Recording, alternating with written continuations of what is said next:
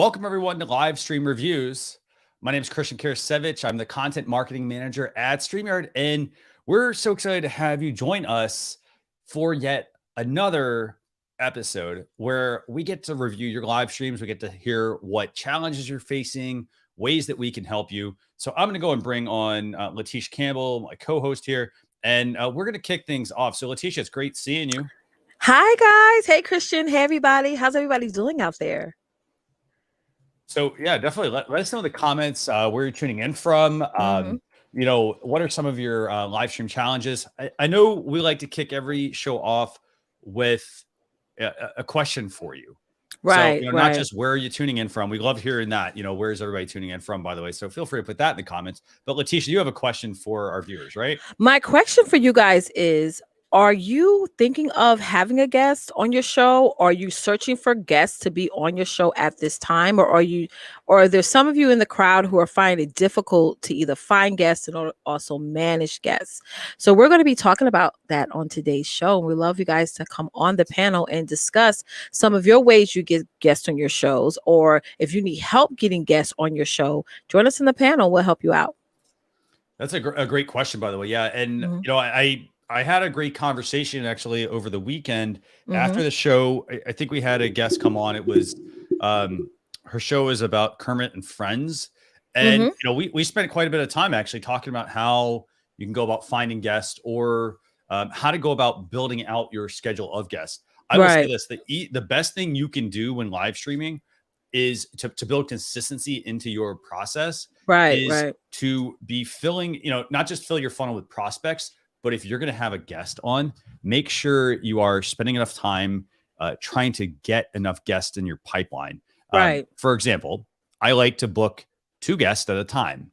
So, I'm not just thinking like, okay, I'm thinking if I get 2 people that join, one will pick one day, one will pick another. That takes a lot of the pressure off me to have to always find guests. Absolutely. And then when I'm finished with a guest, if I think that, if I think they're a good guest, for example, I will actually invite them again and say, you know what, like, loved having you on the show. Would love it if you want to come back, let us know. And then what I have them do is I book, I don't have them book like a month or 2 later. Maybe sometimes it's like 3-6 months down the road, but I have a way for them to do that. So then this way I'm actually starting to build out my calendar for the entire year.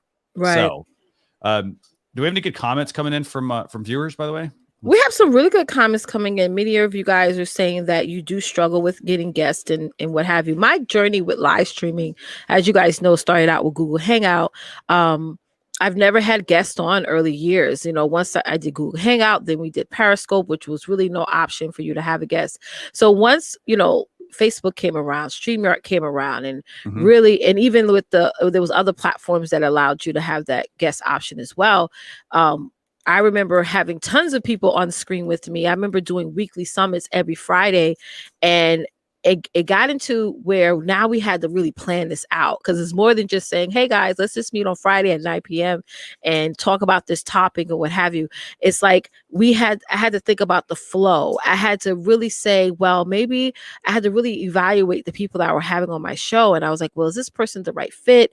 Do they really speak to my overall goal? There was one time I was having the same people on that does the there exact thing. So there really wasn't any individuality. And then, a lot of times, I know we had a guest on one of the shows, on one of these shows that said, managing the guests to stop getting them to talk over each other and things like that. And I know that even though StreamYard makes this such an easy opportunity for us to get people on our shows, but it's like sometimes we think that when we have a show, we think that people are just going to run to us and want to be on the show. And there's a lot of preparing you have to do before, during, and after your show when you have guests involved. Definitely. Yeah. I'm seeing some really great comments from everyone who's tuning in. I do want to talk to some of you all actually, I want to talk to all of you, but I want to talk to you all, the people who are talking about, for example, I think Adam was saying, let me find his comment. Actually, he's talking about having guests on. He said that it sometimes is he said it's a challenge, and then he moves into Q&A actually. So Leticia, if you happen to see that one, can you bring that one up actually real quick? It's from Adam. Yeah. Sure. Yeah, so it's exhausting and frustrating for me booking guests. So I want to actually know what's so difficult about finding a guest. Is it that you don't know where to go find them? Is it that your guests will constantly back out after you've scheduled them. Like what is that challenge that you run into? Would love to either have you come on and join us and talk about that, or just let us know in the comments. Either one of those is totally fine. Right. I think a lot of that too is sometimes certain guests won't come on your show because maybe, I'm not just talking about Adam exploits, I'm just saying in general that if a guest is confused or potential guest is confused on what your message is and what you're talking about, and they feel that if they do come on your show, they won't be able to really contribute because they don't really have an idea of what you do. Like there's certain shows I would never go on. I don't like to go on. I was talking to this with Christian the other day. Sometimes I get asked to get on shows, but it's like a gossip channel, or is it like a just in news channel about housewives or any other topic? And that's not my niche. That's not like an industry that I don't even pay attention to those things. So I feel like when certain people, when they ask me, yeah, Leticia, I would love for you to be on my show, and then I'll look at what they do. I do say no a lot. I actually say no every day to people because I want to be able to deliver. And if you're talking about a particular topic or message that I feel that I don't even pay attention to, I won't give you any value because that's not an industry that I tap into. So that's another thing, is like us really getting clear on what is our show about, what's the message, what's the opportunity for the guests, and also what work the guest has to do for the show as well. Yeah. And so, by the way, if you do want to join us, do us a favor.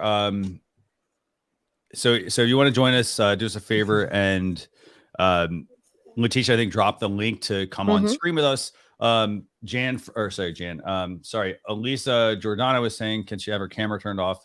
Yeah, that's fine. Just let us see you, and then like let us see you backstage, and then we can just do that. That's totally fine.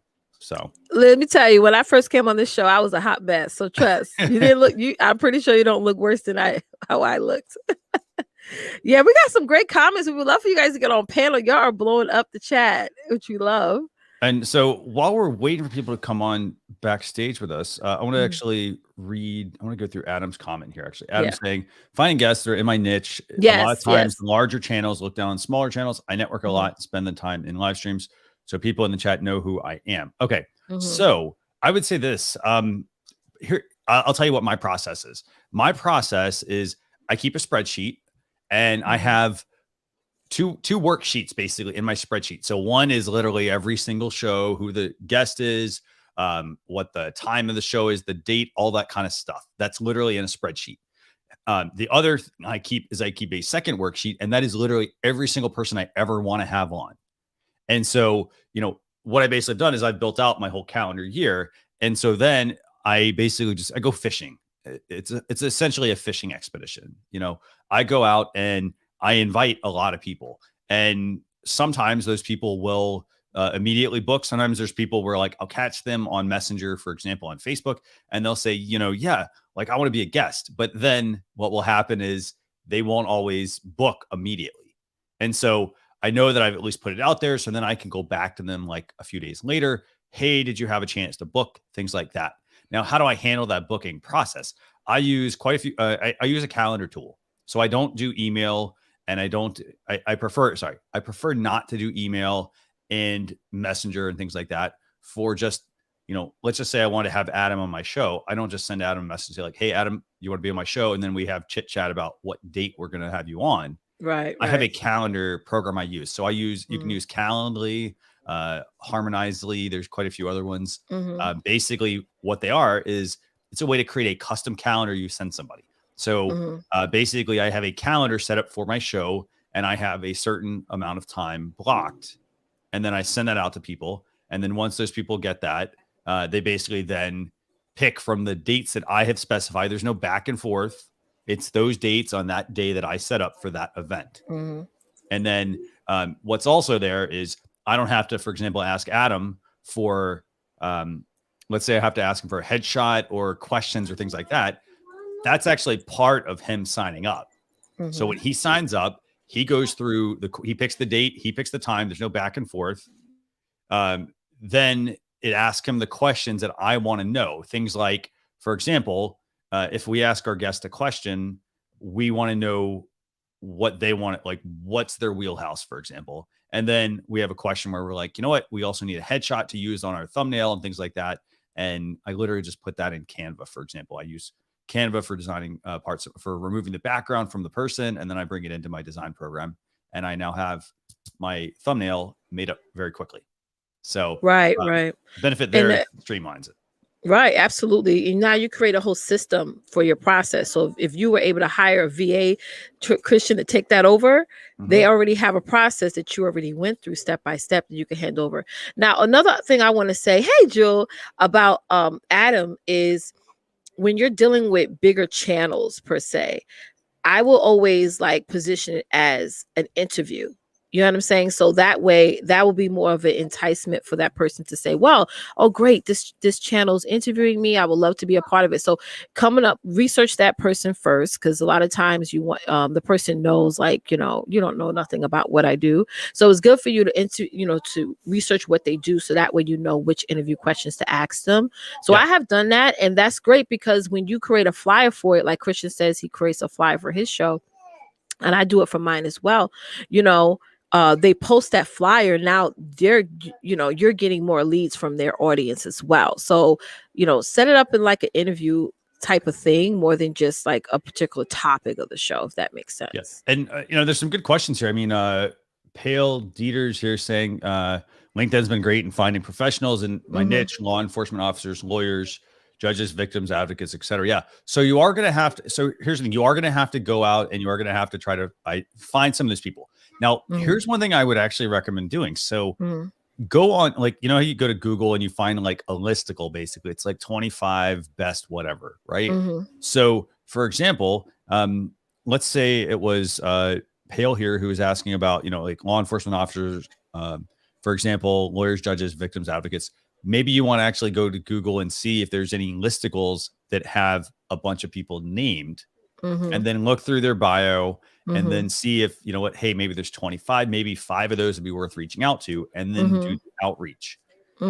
I'd start with some of the low hanging fruit, some of the people you can get on, and then, ask. So like, for example, let's say I had Leticia on my show. Let's say she was like on one of my shows and I said, hey, you know what? Like after the show, I always ask my guests as well, can you recommend other people, or do you have other people that we should have on our show?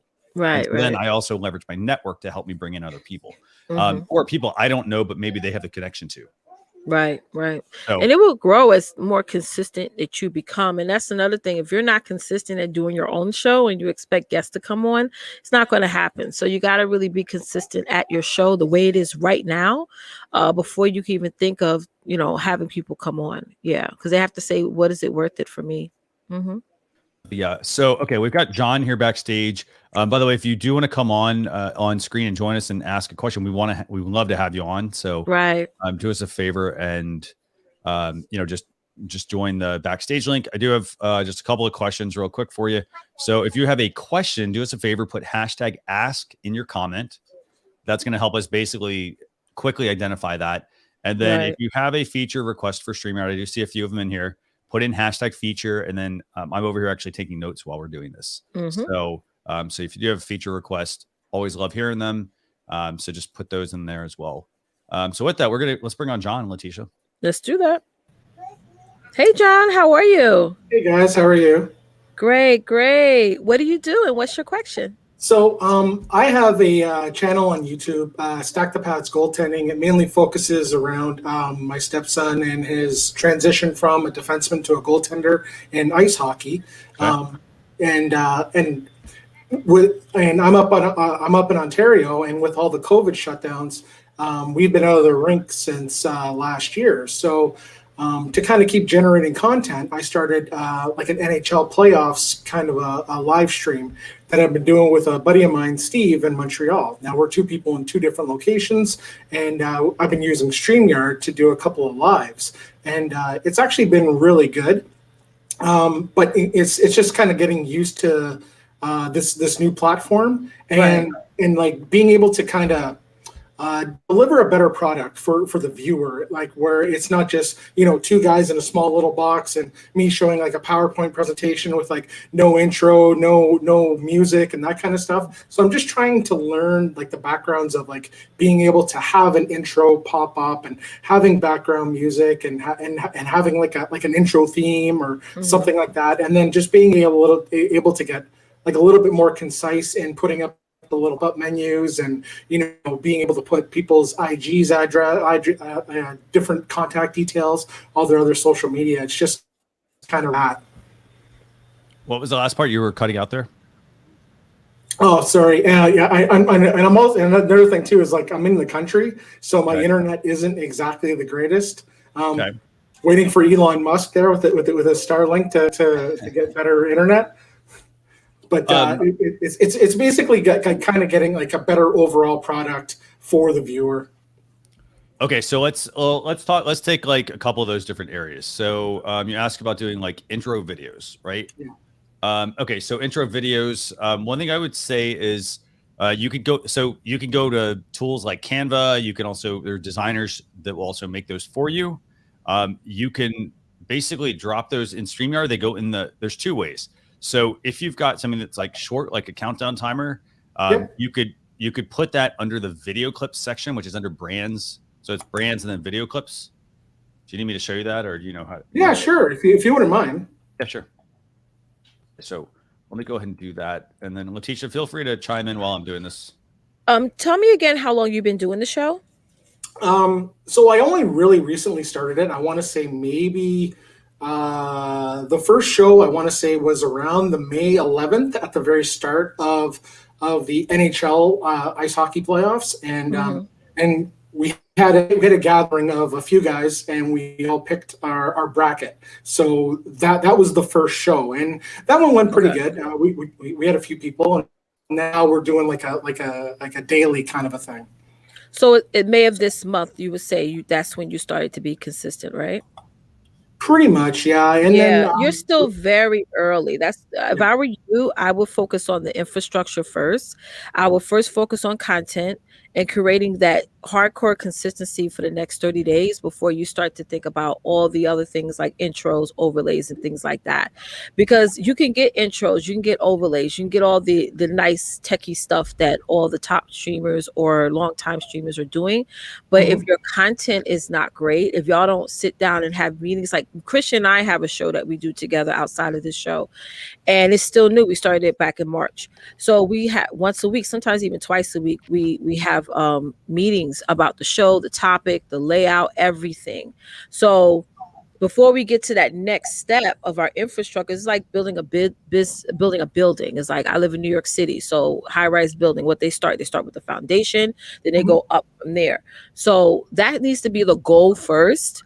Whoever you're doing this show with, y'all need to have planning meetings every week. Y'all need to talk about what worked, what didn't work. Look at your viewership, boost up your promoting the show. So what are you guys are doing outside the show to bring people in the show consistently to get people inside? I know that's not the typical answer, but you know, that's the answer that you need to, that's the thing. These are the things you need to do in order to make that show successful. So as you start building crowds into the show, then you do the intro, then you do the whole overlays and all that stuff. I mean, even making something simple in Canva right now, just so you guys have something, is fine. But you know, that you got to build the foundation first. Okay. So establishing your target audience and then branching out after that. Yeah, because you can get all these things and you're going to change it 2 months from now because the direction of the show is different. That's why I always tell even my clients, don't invest and put all this stuff in here and into things in your shows when 6 months from now, y'all maybe want to go in a totally different direction, or y'all want to shift certain things. And then now you already did all this work of layovers and intros and stuff like that. And all this stuff starts to add up, you know? Yeah. So we want to slow down so we can speed up. And that needs to be the plan. I gotcha. Mm-hmm. Okay, so let me go back to your question about you're asking about how do I add like video intros and things like that. So what I'm gonna do, I'm gonna share my screen here. Here we go. So this is basically from another dashboard, but basically what I was saying was you can go to the brand section over here. on the right-hand side. And then if you scroll down, there's the video clip section. And so you can upload, like this is where I put my intros. You could put up to a 200 megabyte file or 10 minutes. So it's 10 minutes or 200 megabytes. And then that's where I would put I usually put my video intro there because I can turn it on. What I will typically do is this. I will put the thumbnail up, this one, for example, like this. And then I will then play the video intro. And then while that's playing, I will turn the video intro, the thumbnail off. And the reason I do it like that is because then I'm on screen when that's finished. Does that make sense? Gotcha. Yep. So that's where you can put the video clips. Now, the other thing though is if your video is longer than 10 minutes, which by the way, I think 10 minutes for an intro is a long intro, really only needs to be a couple minutes. You can also use the share video function here at the bottom and then use the video file, and you could upload any video of any size at that point. But that's going to play off. That is going to play off your computer though. So you do have to keep that in mind. If you don't have a strong internet connection, that's literally uploading from your computer to your internet. So that's where I'd start with the video intro and even the video outro, for example. And I mean, really to get started, I mean, like, for example, you know how we have the StreamYard ones we showed at the beginning. If you want any of those, like you can just email me marketing@streamyard.com and just reference the countdown timer on live stream reviews. And I'm happy to send you the files so you can put them in to give you something to start with if you want to. Does that work? Okay, that's perfect. Yeah, that's perfect. Because I always went to the branding and I put up my logo and stuff like that. I just haven't explored it enough and scrolled down enough. Yeah.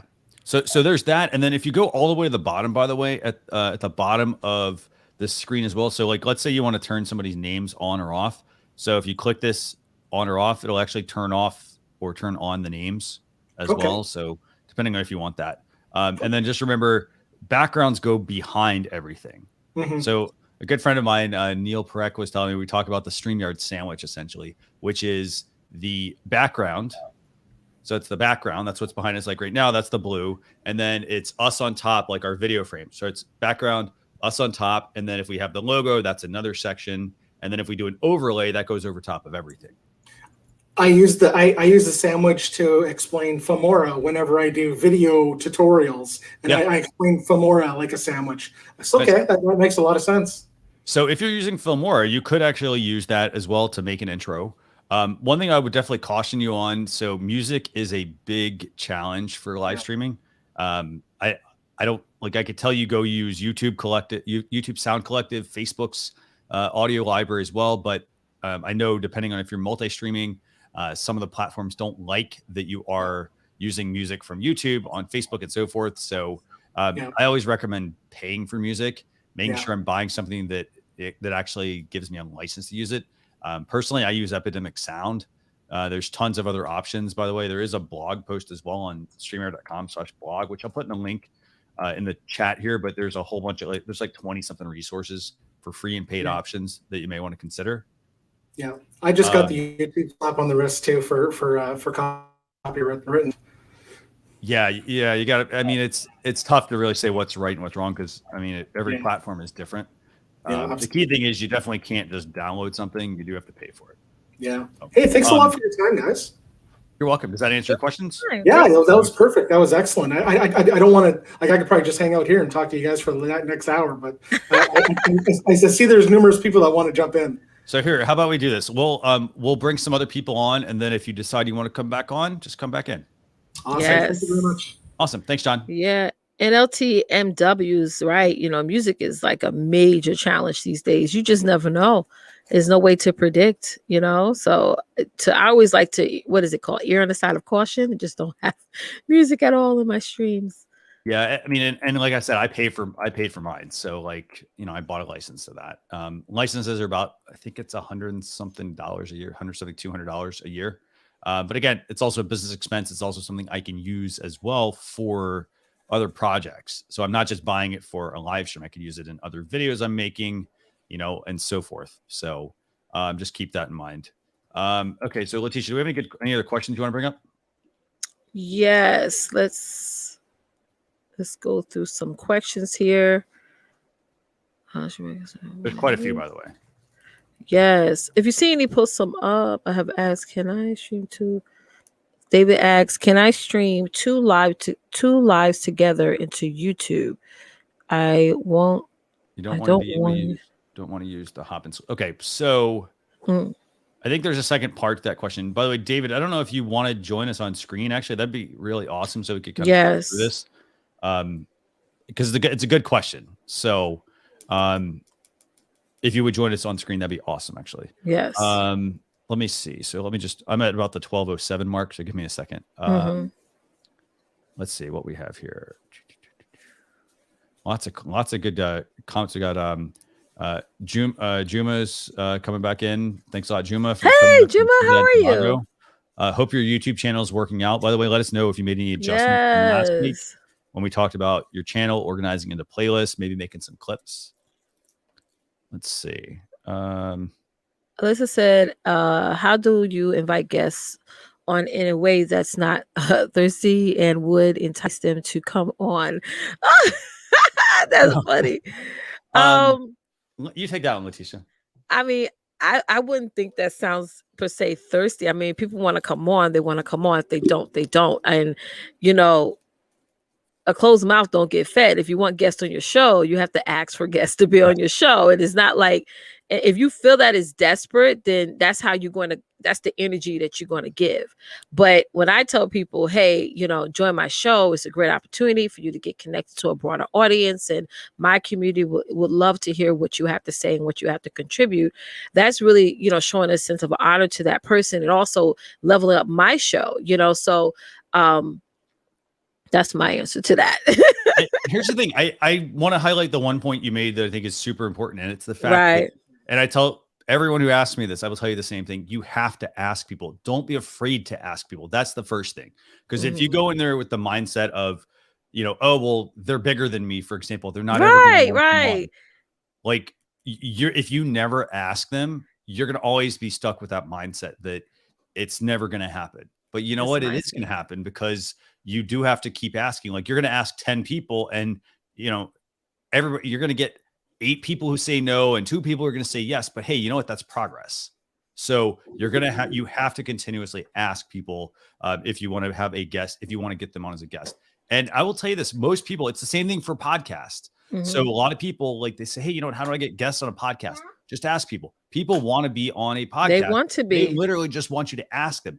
Even very well-known people. For example, I think Seth Godin, for example, has been on a number of really small, entrepreneur podcasts, and it's because people reached out to him and asked.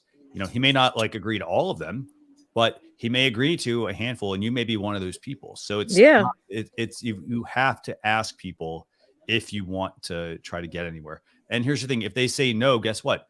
There's ask somebody else. There's tons of people out there, lots of people that want to be on. And then it goes back to what Leticia said as well. Like if there are people that you ask, maybe it isn't the right fit for them. Exactly. But it's the right fit for somebody else. Yeah. If they say no, then that's a missed opportunity.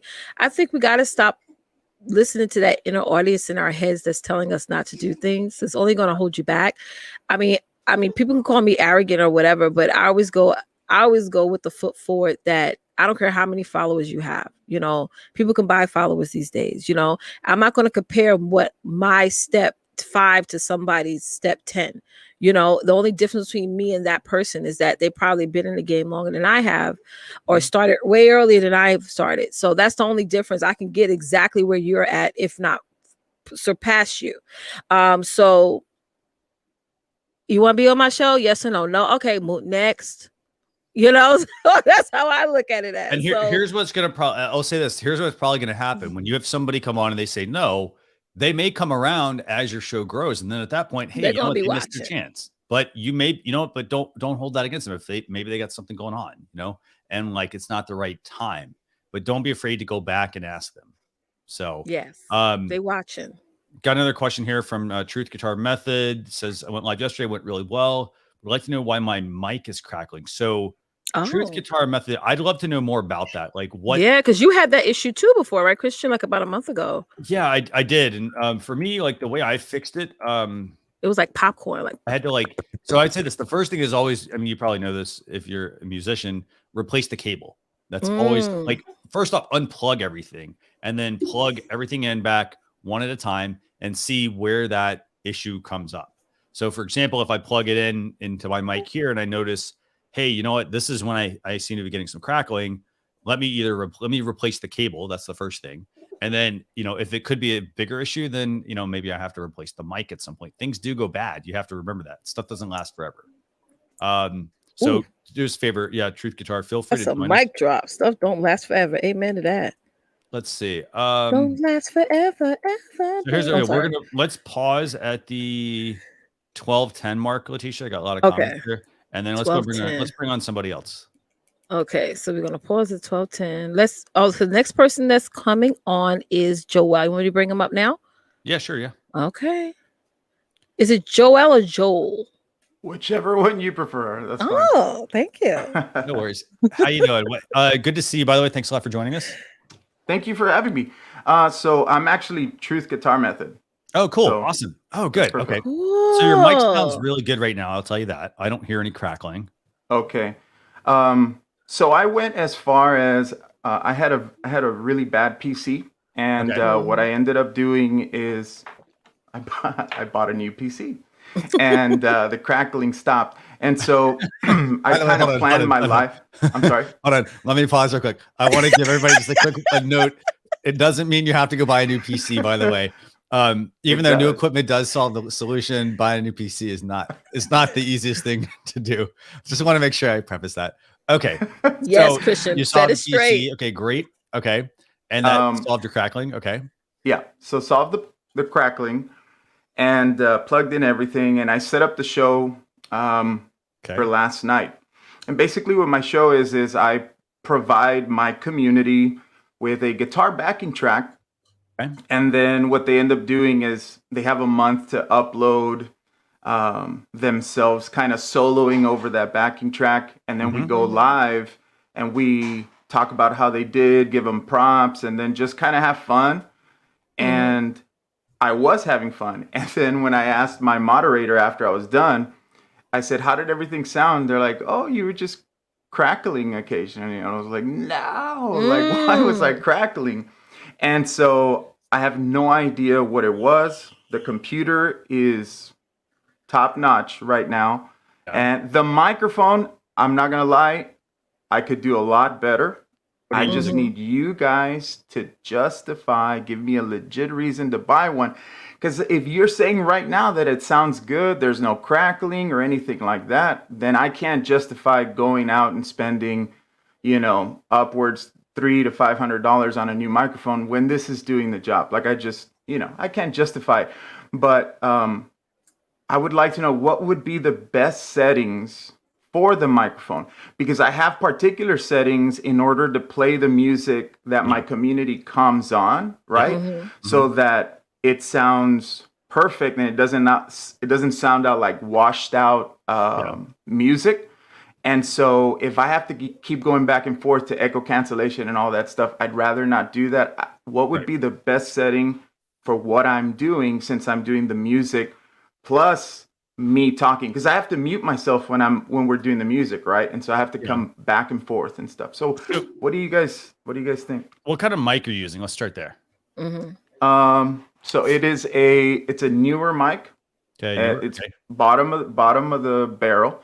It's when I first decided to do YouTube, I just kind of bought the essentials. I didn't go out and spend a whole bunch of money. It's about a $25 mic. That includes the boom stand. So Okay, so what's the model? Do you happen to know? Like, I'll look it up real quick. Yeah, NW-700. NW. There you go.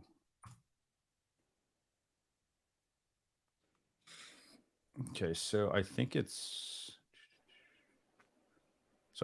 this mic, isn't it? Let me just share this. Let me know if it's this one. This is the 800, but is it this one basically? Essentially this one minus all these other extras? Yeah, it's the bottom one. Then that one. Yeah, it's the one you hovered over right this there. One? Okay. Yeah, so let's just check this out. So I mean, I think what is this going into? I've had the channel now for over a year and grown consistently. Yeah. And which is, super awesome.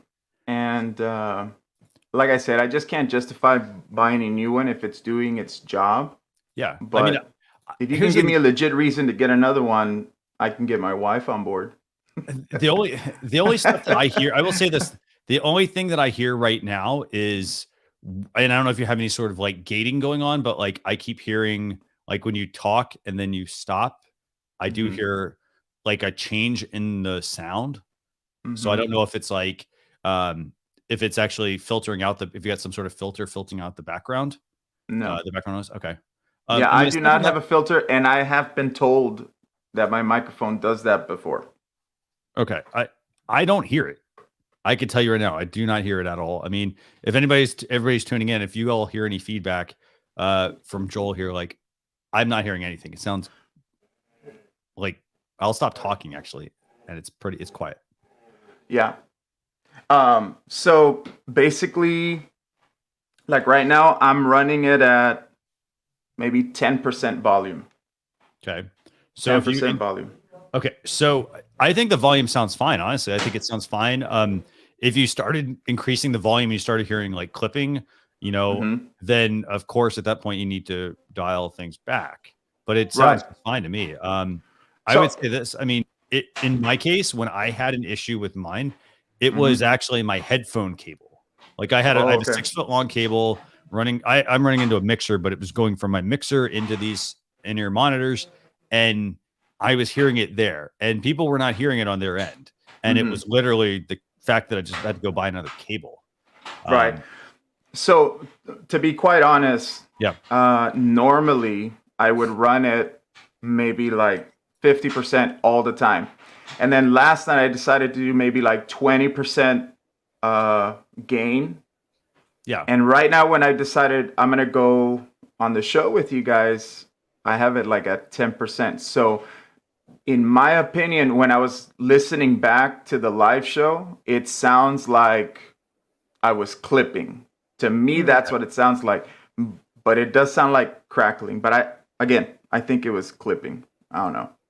So, I mean, I try a couple of things. I would try I'd either try the basic stuff, unplug everything, replug it back in. If you have another pair of headphones, plug in this, keep everything else the same, plug in the headphones, see if you hear any difference there. Because it could very well just be the headphones, or like something in the headphones could be going bad. The cable that plugs in, if those plug in, it could be that as well. The other thing also, if you ever keep, like if you have a smartphone nearby, this can cause a lot of interference. Oh, whole lot of interference. Oh yes. Like if you've ever been on if you've ever been on watching a video or doing anything, you'll hear it's like a pulsating, that's usually your phone interfering with something around you. Okay, so that's interesting. I do run my phone when I do a live, and that's just so that I can keep up with the chat, because you know how that's 10-second delay. And so I do keep it, right here, like right off camera. I would say this, if you for example, all my equipment is on this side, my phone is over here. So I keep it basically out of the way of everything.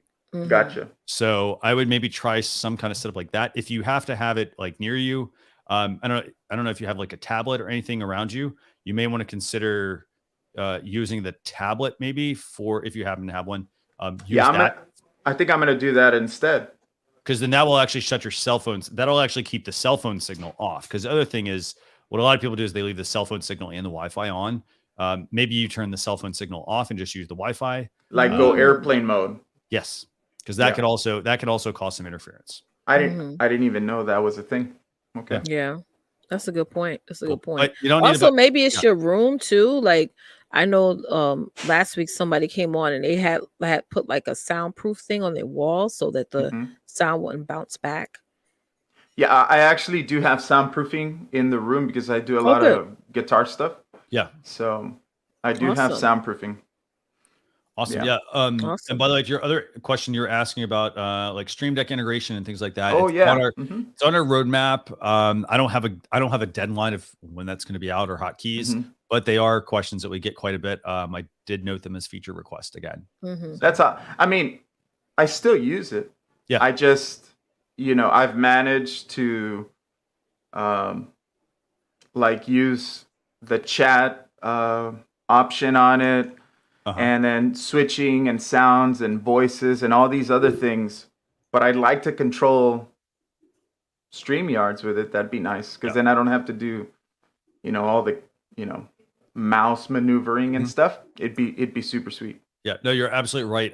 It's a question we get a lot. I have a Stream Deck as well myself, and I just use it for other things right now instead of streaming. So, but I know that it's being something that's being worked on. So, right, super awesome. Awesome. All right. Well, that was my question. Cool. Thank you so much. So tell my wife that I can buy a new microphone, right? Yes, right. Yes.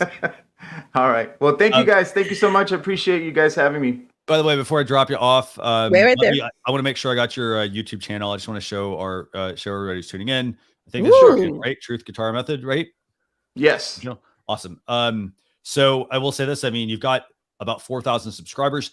By the way, just to give you congrats. How often are you streaming? I stream twice a month. I do the Jam of the Month, which is the one that you see there, the live TGM Jam of the Month. Okay. That's on the last Friday of every month. Okay. And then I do one like maybe 2 weeks into the month, and that's just like a guitar chat or me giving a lesson or something like that. Cool. I got to say this. I mean, I'm going to speak about this from a live standpoint. I like the fact that all of your content centers around guitar. Like, that's my niche, man. Actually, it's in my channel. It's a Christ-centered guitar channel, but it's geared for beginners. Okay. And anybody who's struggling to kind of get past the little hurdles when you get stuck, those plateaus. Well, I mean, you're doing really well with this. So doing it twice a month. Remember, because the other thing also I think I should highlight here is that if you doing live, like if you're just doing live, that you're not, you might run into challenges of just getting people to constantly tune in, right? So what you're doing though, which I really like, is that you're supplementing that. So you're doing pre-records and you're doing live video. Right. That's a really good thing, because then somebody might come across, for example, like they might be looking at, let me find this one, like the Spark amp, for example. They might have been checking out your video and then they didn't know you did a live. Right. And then that can be a way to get them into your live streams, or they're checking out, some of your other content that you've got. Or if you're doing the live, you could even maybe say, hey, you know what? I also published, a video about, finger confusion, for example, and here's a link to that video. So this way you can use the two together as opposed to just relying on one type of video. So yes. So the idea actually came, I do have a little community going, right? And they come in and they check out the videos and stuff. And about 3 months ago, I was on someone else's live and they invited people to submit their guitar performances. So I submitted one. And then I was like, man, that would be super cool if I could get my tiny community to participate with my channel. So what I do is I create one backing track per month, a little short one, 1 to 2 minutes. And I tell them the style, but I don't tell them like what key it's on or anything like that. They kind of have to like challenge themselves to do it. Yeah. And then they record themselves playing, and then we go live. I show their video. We go on to their page, give them a like and talk about it. And then I have these little emojis when you join the channel, and, we give them like star points or something like that. And I thought that was a really good way of capturing the community's interest. It's still growing. That was only the second one. The third one is this June. So awesome. I've only had like 4 or 5 participations per challenge. That's awesome.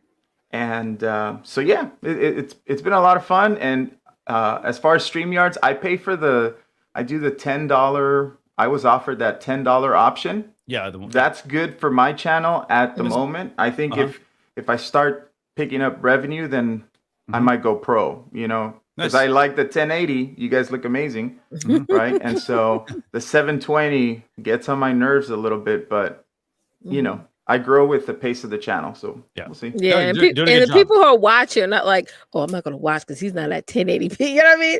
I can see you doing stuff. Do you do anything with kids? Like, do you do lessons for children? Yeah, so I'm actually an elementary music teacher, and I did not do any music with kids. You should. But then I had a TikTok video. I guess I can't say go viral, right? But it kind of went nuts on there and got over 300,000 views. And so it attracted some people. So now what I'm doing, if you check out the videos on the channel, is I have recordings of like me talking to the kids or me singing a song. And I connected those videos to my website, and my website was all geared just for guitar. And what I did is I opened up a tab just for music educators, where I provide lesson plans and stuff like that. So that was another way of, picking up a new portion of a community. Yeah. But I haven't thought of a way. That's a humongous community. Yeah. So I haven't thought of a way to integrate, like, maybe interviews with other teachers or something like that. It's been on my mind.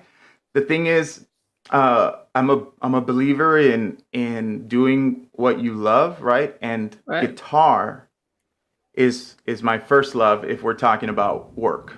And teaching elementary music, super fun, super awesome. But I can't say that I'm as passionate as guitar. Does that make sense? Right. I'm gonna sign all my kids up if you were doing it. there you go. Well, yeah, and so I know I have hurdles, right, because of that, because I don't want to kind of I'm letting it in just a little bit. Right. But I don't want it to take over my entire channel, because I want to make sure that I'm having fun with what I'm doing all the time. Right. Awesome. Thanks for joining us, and thanks for telling us about your show. And again, if you have other questions about your audio, if you have any crackling, more of it, feel free to reach out to me. I'm happy to help. So awesome. Does it sound good right now? That's all I want to know. Yeah. Say no, and then I can go buy. I know. No, here's the thing. I seriously, I think it sounds very good, actually. Okay. All right. And if you do need another mic, just let me know what your budget is, and I can make some recommendations. Father's Day is coming up. That's a good, Okay. That's a good way to say, honey. What's coming up? Yeah. Well, yeah. I'm looking at some decent options. Yes. Okay. Yeah. In the higher spectrum of the expense budgetary fun, Very cool. No, awesome. Thanks for joining us. Yeah, and I made a note about your channel, so thank you very much. Sweet. Yes. Awesome. Thank you, guys. See you. Bye. Bye. Yeah, I totally get what he's saying when you're trying to convince your spouse that, hey, I need a $200 mic or $400 mic, because they're still seeing it as a hobby. Yeah. We taking it as this is what we do. Like, this is our vision. It's here. It's in our minds. And they're like, you're just making an expensive hobby. Like, so that's the hurdle. Yeah.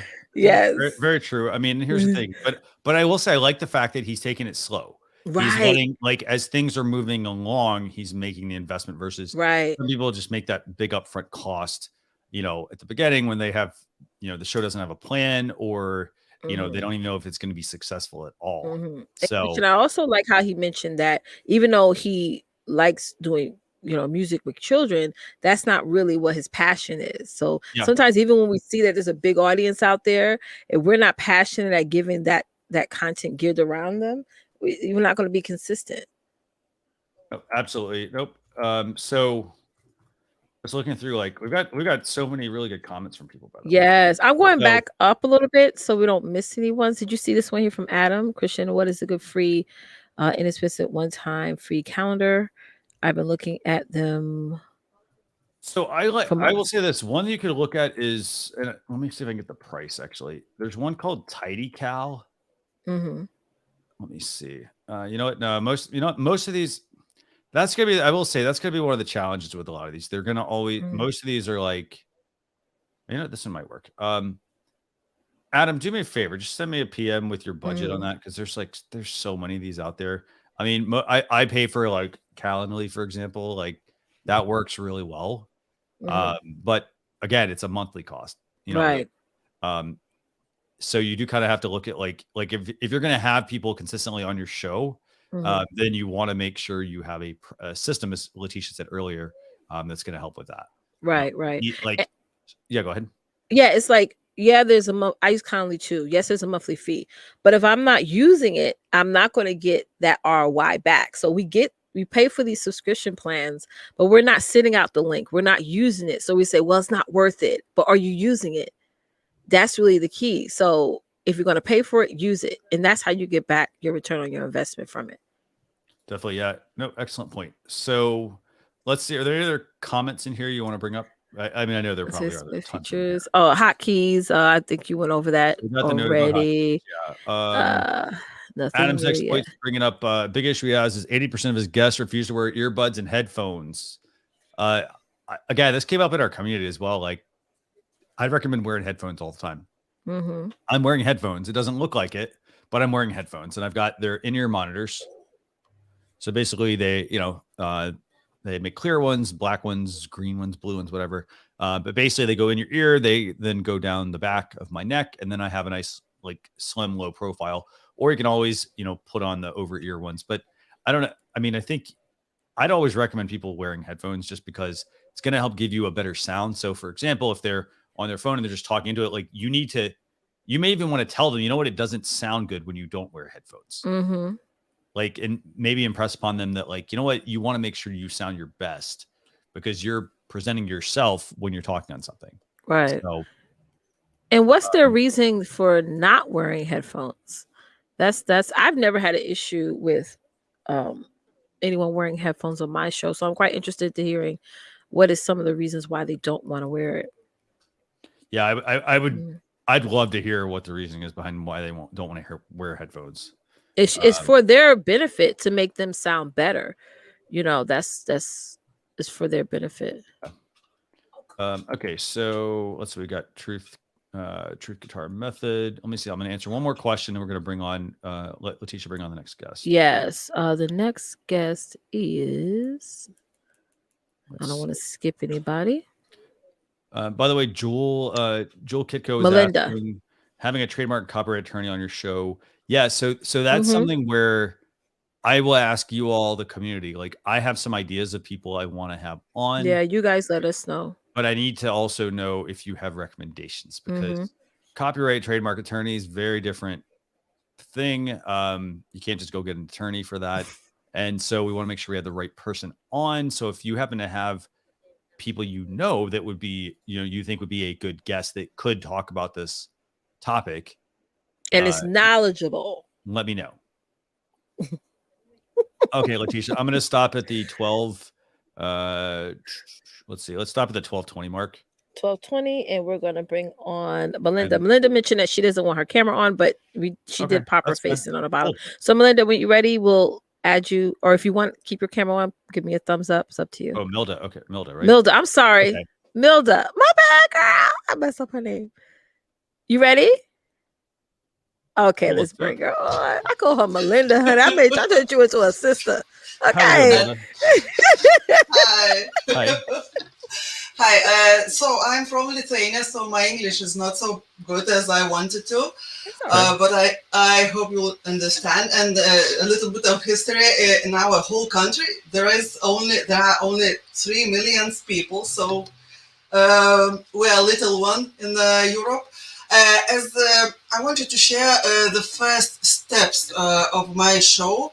Sure. Because there was, I have a lot of information in my head. Should be here. About real estate, but I didn't want to go and make some video or post or tell everything about one stuff or another stuff. So I decided to go live. I was so afraid. But as you said, both of you, just ask to go with you on the show. I am obsessed with the networking. So I have a lot of people to come to me. And first, the second, the third guests was what have I to say? What about now? About what we'll be talking? Something, anything. Let's just go and talk. And there is Antashukas. It's my real estate comb like for here, because I decided to go once a week, 20 minutes, me and other specialists, and that decision was the right and the easiest way to start, because I did know what to say and what do I have to ask them. My message for all those who are starting, just go and try, because I followed Evan oh, sorry, I didn't remember his name, but he said, when you make 100 videos, then you can criticize yourself, because now I'm wearing earbuds, but first 10th I didn't have them, so my sound was terrible from the bucket. What sound does it like now? Is it better, or is it I have to improve like previous Joel, if I said it correctly? So are you asking about your current sound setup right now? Mm-hmm. Okay, so I have a couple questions, and Adam's Exploits was actually bringing this up as well. So what kind of mic? So do you have a microphone you're using, or? Okay, so that's part of the problem. Okay, so I'm going to use you as an example, if that's okay. So you're using the laptop mic, right? Actually, HD camera. Webcam? Okay, you're using the webcam mic. Okay, so you're using the mic from your webcam. So I want everybody to, I want them to be able to hear that there's it'll sound good on your end, but when other people are hearing it, it's not going to sound as good, because that mic is designed to pick up everything pretty much. It's an open mic. And so for something like that, I always recommend, I would recommend something like the Samson Q2U. It's about a $70 microphone. I'm not sure what I will say. I'm not sure what it is there where you're at. But I would definitely recommend something like a Samson Q2U. The reason I would recommend that is because it's it actually can do two things. Actually, sorry, it's actually $60.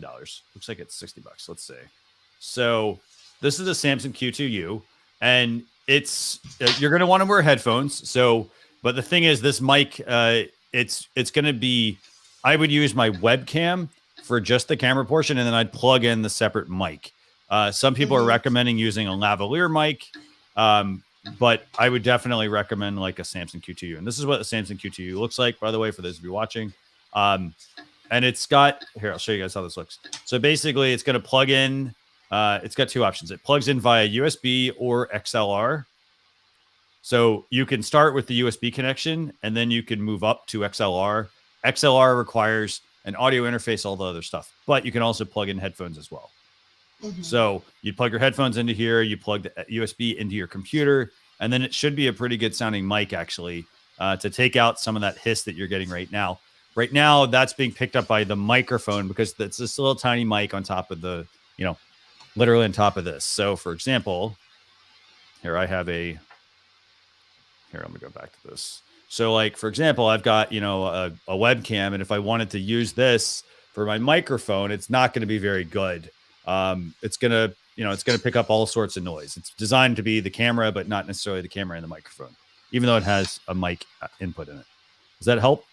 Yes, but one more question. If I change audio in my microphone from AirPods. Okay. This one. So that one sounds a little bit better. It doesn't sound. That's another recommendation. I also don't recommend using AirPods. AirPods are great for exercise and just you watching a movie or something like that on your device. But when you hear them on the other side, they don't sound so good. They sound better than what you have now, but that's because the mic is closer to your mouth as opposed to the mic on the camera, which is picking up everything. And I can answer the question about why my guest also didn't want to wear headphones. Yeah. Because I don't look pretty.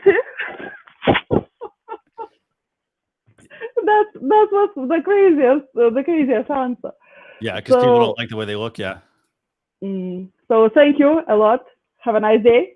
Oh, you're welcome. No, does this help? I mean, I hope, like, if you have any other questions, just let us know. But that's what I'd recommend from a good mic to start with, and then you can always level up to something else. That's going to help give you, again, plug in the headphone. Like, if they don't like the way they look, get these. These are like in-ear monitors. They basically just go in my ear, and then look at that. It doesn't look like I'm wearing headphones. So, and so there's different kinds of headphones they can buy. They can buy the ones that go right here, that go down, in front of you, or they can get the ones that go behind their ears, that literally just go around in the ear. So lots of options there for them to consider. But that's also on the guest. So, but make sure, they should wear headphones. It's the best thing they should do. Because if they don't use their headphones, I have to move them or myself after they're talking. Is that right? You have to remember this too, as well. Like, I mean, if somebody's not going to wear headphones, it's your show. So you want to make sure that, like, I tell people, like, for example, minimize distractions around you, like wear headphones, for example, restart your computer, do just something that's basic, common live stream checklist before they're going to get started.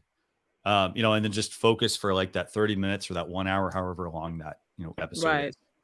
Yeah, you got to have standards really and let them know, like, even though appearance may be important to them, your standards are content, sound, and then after that, appearance. So the appearance is basically secondary to your show. You want to make sure that, people are hearing the guests and the guest is conveying their content. Everything else beyond that is not something that's extremely important.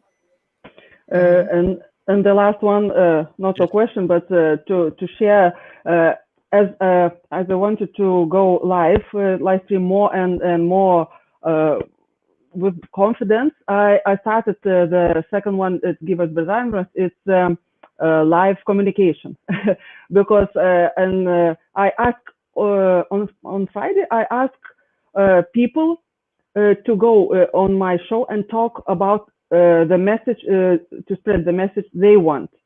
What do you want to share? What do you want to talk about? Because my audience is so open, and there are not many hundreds, only not thousands yet. But I just building my confidence, building the brand, building just going. Let me see something else. So that's what I'd recommend. I mean, I think, like, also, back to what Leticia said. I mean, it's your show, so you need to make sure that you control, like, what your show is. Like, if you have like, you should have standards for your show. And, for example, don't just get on and chit chat. Like, spend your time wisely with those people. Show that you mean business, basically. So, that you're not just on there to, like, hey, we're going to just, like, just chat for, like, 15 minutes about, a random topic, because people are tuning in to, like, they're tuning into you for help. So, whether it's help or conversation or information. Yeah. Okay. Okay. Thank you. Bye. Very welcome. Thank you so much. Bye. Okay. Leticia, where do we stand with questions? By the way, and I want to thank Adam's Exploits for letting me know about the audio. I'm glad we could help diagnose that. Yes. So I saw a lot of great comments. I was scanning through 4 questions. Someone asked what type of laptop she's using, but I think she already said that. Yeah. No, I'm not. I mean, here's the thing. I think in her case, like, I don't think the laptop was the issue. Yeah. It's like literally when she switched to the AirPods, it sounded very different, right? Let's see what else we got here. And by the way, if we didn't get to your question that's on there, if you had a question, just put #ask and we will get to it. And again, if you have a feature request, #feature. Right. Let's see. So Steven is up next. yeah, let's go bring on Steven. But yeah, there's a lot of good recommendations, by the way, in the comments. So Sure. check those out. Pull those up. Yeah. Pull those recommendations up. Okay. So yeah, Dimebag Darren was saying he agreed on the mic. Yeah. So okay, who's next? Who's coming on, Leticia? Steven is next. Cool. Steven, you ready, Steven? All cool. right. Okay, let's do it. Hey, Steven, how you doing? Hey, how's it going? Good. So I was going to say, I'll start off by just saying that I'm loving using StreamYard. I use it for a lot of different stuff. Yeah. For my personal business, I'm doing these 1-minute videos each day. And what I'm doing is I'm just doing them live, and I'm using the same thing that you're using with the backgrounds and then the video for the intro and all that. So it's giving me this really high-end quality look, and I'm not having to spend any time on editing at all. Yeah. I love Great. that. Your audio amazing. sounds good, by the way. It sounds very good. You've got headphones, obviously. It looks like you're using the Blue Yeti. Is that right? Yeah, this is the Yeti X. Nice. Yeah, and one thing to note about the Yeti, by the way, for those of you who happen to have a Yeti, is to make sure that you position it correctly. A lot of times there have been people that have come across, they've been positioning for the wrong way for years. They've had it actually backwards. And then they wondered, well, why is the audio not as good? So but no, it sounds really good. It sounds like you got a really good quiet room as well to be in as well. So yeah, I was kind of debating with this room because it's a big room. Yeah. And when I'm on this mic, when I'm here at the desk, I don't really get too much issue with audio. I have a glass top desk, so I was thinking about maybe at least putting something here to help a little with that. Yeah. But I have noticed if I use my lav mic, if I'm standing and I'm back a little bit, there's a lot of echo. So I do need to maybe kind of look at doing something with that. But as long as I'm here at the desk, it seems to be fun. So for something like that, by the way, if you wanted to, so one thing to mention, by the way, so Steven said he's using a glass desk. You have to think about that when you're speaking into your microphone. If your desk is glass, your voice is hitting the desk and bouncing back. So for something like that, by the way, Steven, if you do want to sort of deaden the desk a little bit, you could always put one of those, like the desk mat. Have you seen those? Basically, it's I was looking at some of those actually yesterday, and I came across somebody made a comment on a thread and said that they saw a lot of people using yoga mats, that they cut down the yoga mat. Yeah. Seems like it would work really well, nice and thick. Yeah. You could totally go with something like that. Yeah, just make sure you flatten it out. All that cushion. There's also another thing also that I also like, but it comes down to if you have enough desk space. There's a wrap you can put. There's this it's almost like it goes around the microphone. And so it's like a sound deadening booth. Oh, yes. It goes around the mic. So when you speak, all of that noise, all of the sound goes into your voice goes into the very soundproofed area around the microphone. It literally goes like this around the mic. And so when you speak into it, but the downside is, as I mentioned, you do need a lot of desk space, but that'd be another option if you wanted to go with something like that. But I like the yoga mat option. So what question can we answer for you? What questions do you have? Yeah, so we also have a sports show that we do. We started it in November of 2019, and we had no idea that 5 months later there'd be no live sports for like 4 months. Yeah. So that was a lot of fun, but we kept doing the show every week after, even during the pandemic, even during the shutdown, we still did our show. So we're now coming up on almost 1.5 years of doing the show consistently. Right. And it grew pretty well for a while. We got to about 55 subscribers. And we have a core group of people who tune in every week. They interact in the chat. And we're getting good connection with the people that are there. They're loving the content. Okay. But we can't grow the show anymore. We've everything we've tried, we're posting on social media. We're promoting it throughout the week. We're going to other podcasts. We've had other podcast hosts come on our show as special guests. We've done all these things to help expand our audience, but it just hasn't grown.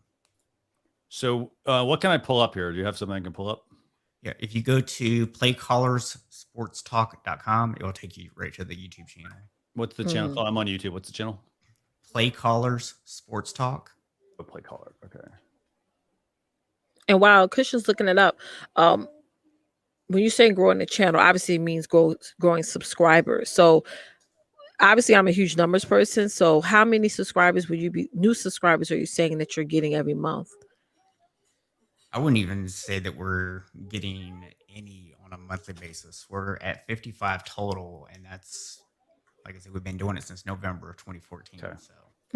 Okay, so, and I'm going to do two things. So I'm going to pull up your channel, and then the other thing I want to make sure I mention. So what I'm going to do, because I want to make sure I don't do too much overlap, I will take a look at the live component, give you some suggestions here, and then we also have a YouTube channel review show as well that we do. It's done once a month with Daniel Batal and Dee Nemen on this channel as well. They do it on Saturday, the one Saturday that we take off.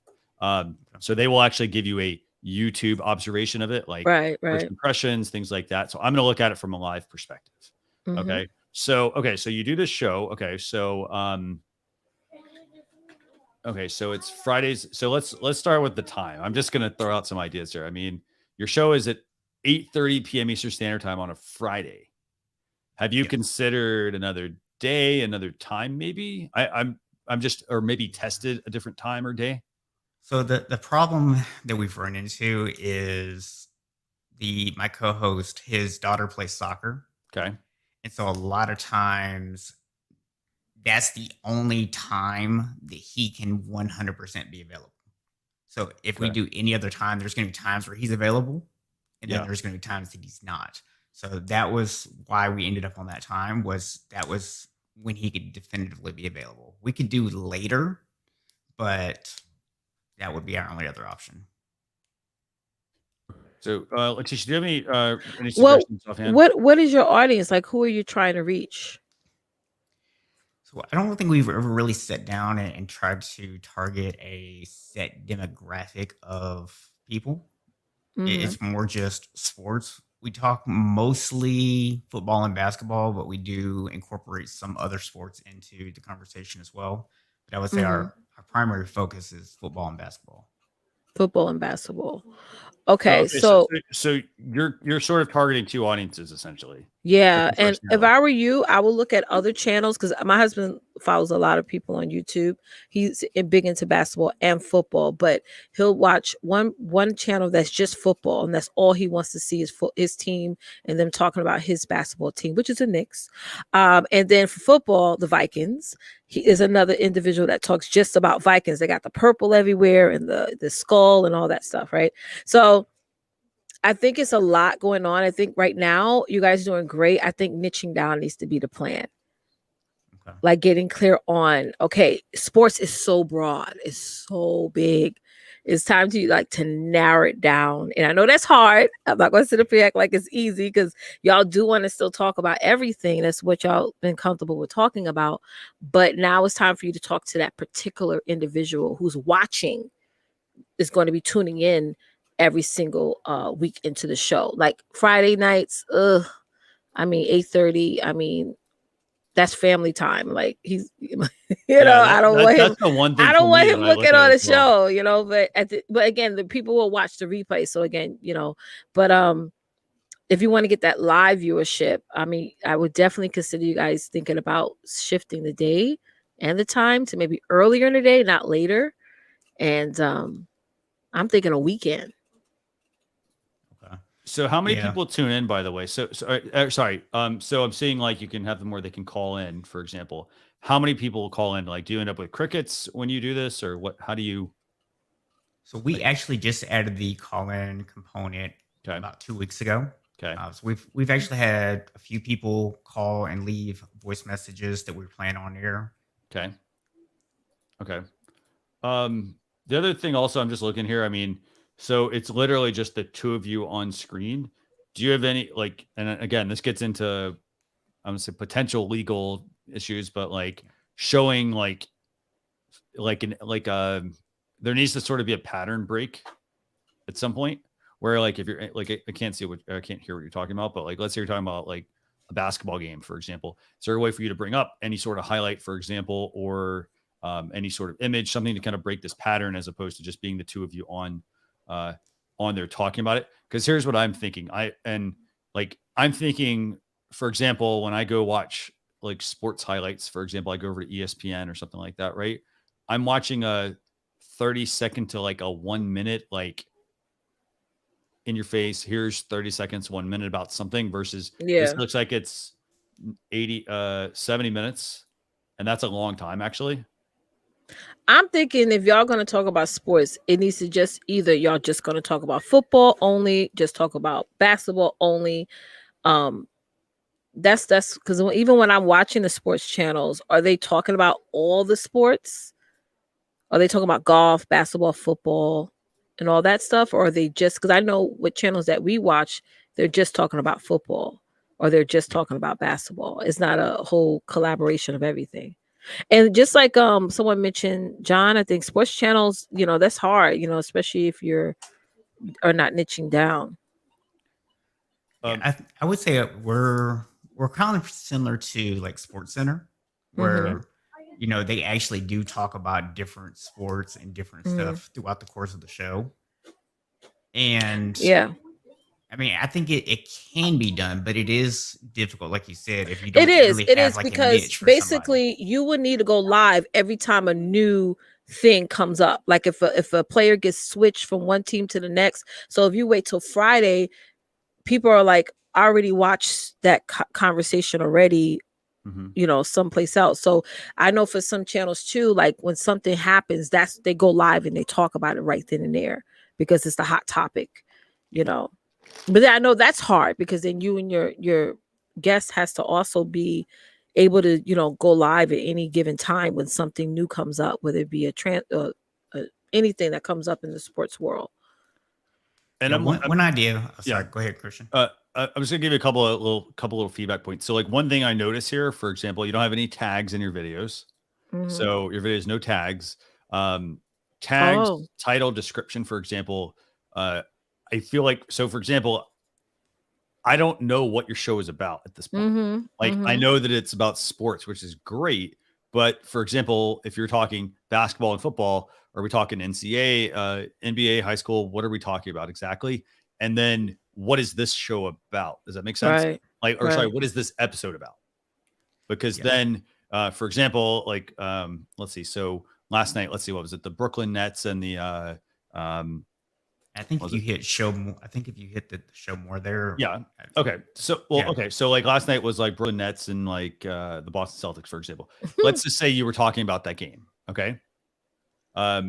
You're going to want your title to be about the topic that you're talking about. It doesn't need to be the date of the episode or even the title of the show. Right. Yeah. Take that out. So you should have just had the Brooklyn Nets there and the other team and just have the hashtags too on the bottom. So that's why when people are on YouTube and they're typing in Brooklyn Nets, your stuff pops up. So like, well, and I'll even give you a more detailed example here. Right, so like, right. You're talking about NBA playoffs. Okay. Well, what are you talking about? The whole NBA playoffs? Are you talking about the play-in tournament? Are you talking about the Lakers? Are you talking about the Suns? Are you talking about a particular series? Talking about Eastern Conference, Western Conference? What are you talking about? Because you just listed about the whole thing. Okay. So I'd maybe be a little more descriptive here. So like NBA playoffs, and then maybe mention some of the teams. And then, for example, you're talking about Julio Jones and Aaron Rodgers. Again, those would become tags as well. Like so does this make sense? Like it's partly niching down, as Leticia said, like football, basketball, etc. Like, what are you talking about? Big picture. And then what is that episode about? It's awesome. You can go through and like rattle off some of these different things. The other thing you also then need to do, like, let's say at 5 minutes in, you were talking about the NBA playoffs. You need to add YouTube chapter markers to these videos. Right. And you basically do it by putting like 05:00 and then whatever. So put chapter markers in, because that would actually then help YouTube, for example, if Google or YouTube happen to pick this up, people could then go right to the chapter marker and not have to actually fast forward through your whole show to figure out where that's at. And then on top of that, you need to definitely niche down on what these are, because then if this is talking about like Aaron Rodgers and Julio Jones, maybe that's part of the title, and then your tag could include Aaron Rodgers, Julio Jones, Green Bay Packers, right, Falcons, the team that they're rumored to go to, NFL, that sort of thing as well. And then and you were going to ask me something else as well, right? So what was your other question? Yeah, well, I was going to say, I mean, in terms of the titles, I agree with you. It's been a bit of a struggle just because we're talking about 7-8 different topics during the course of the show. So it's a little bit difficult to try to figure out what to put into the title. Well, maybe niche down the topics. Yeah, so the title can be very targeted and specific. Yeah, because when I do videos from my personal brand, I don't do the titles as the name of the show. I do them as what I'm talking about because I'm only talking about one thing. Right, So I get where you're coming from. It's just been difficult here. Yeah. Your live show should totally be the same, should follow the same type of process. Like, don't just use the name of the show. Yeah. Like the name of the show could be a tag. It could be in the description, but it doesn't need to be in the title. Right. Because the title is key information. So like if I went to YouTube right now and I search for like, I don't know, here, let's just look up. Like I will tell you, there are a handful of sports shows that I do tune into. And it's like, for example, it's one guy and he's talking about like a team or a player or something like that. Versus he's giving me this big picture of things. Right. What other let me see what he's doing like with all the topics would work good if he's targeting women, because we like, you know, but men, you guys are very like, your attention span's a little shorter, so it's like, not, no offense, but like maybe niching down the topics would be better. Yeah. Let's see. What I mean, aside from that, I mean, I think that like we've got some good comments here from, let me find it. A couple people actually like the artwork. Yes, the artwork's good. The graphics for the stream.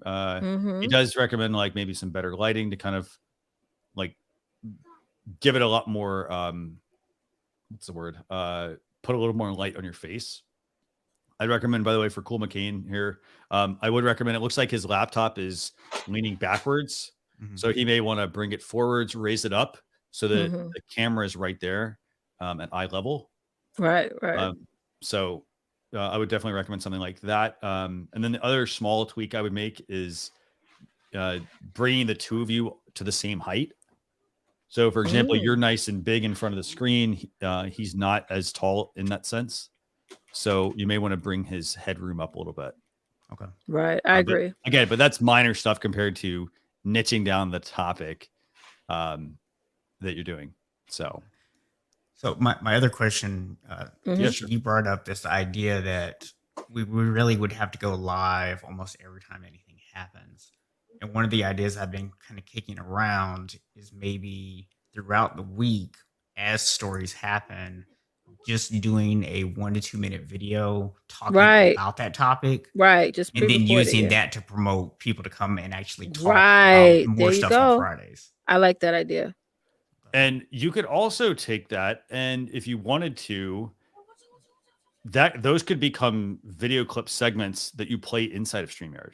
That's right. Okay. So if you use the share, so you basically could go into like StreamYard, record it, or go into wherever you want to on your phone, for example, record it, save it to your computer, and then bring it into StreamYard as a video file. And then that way, as you're talking about it during the segment, you bring it up and you can talk about it. I like that. That makes sense? That idea. Yep. Cool. Yep.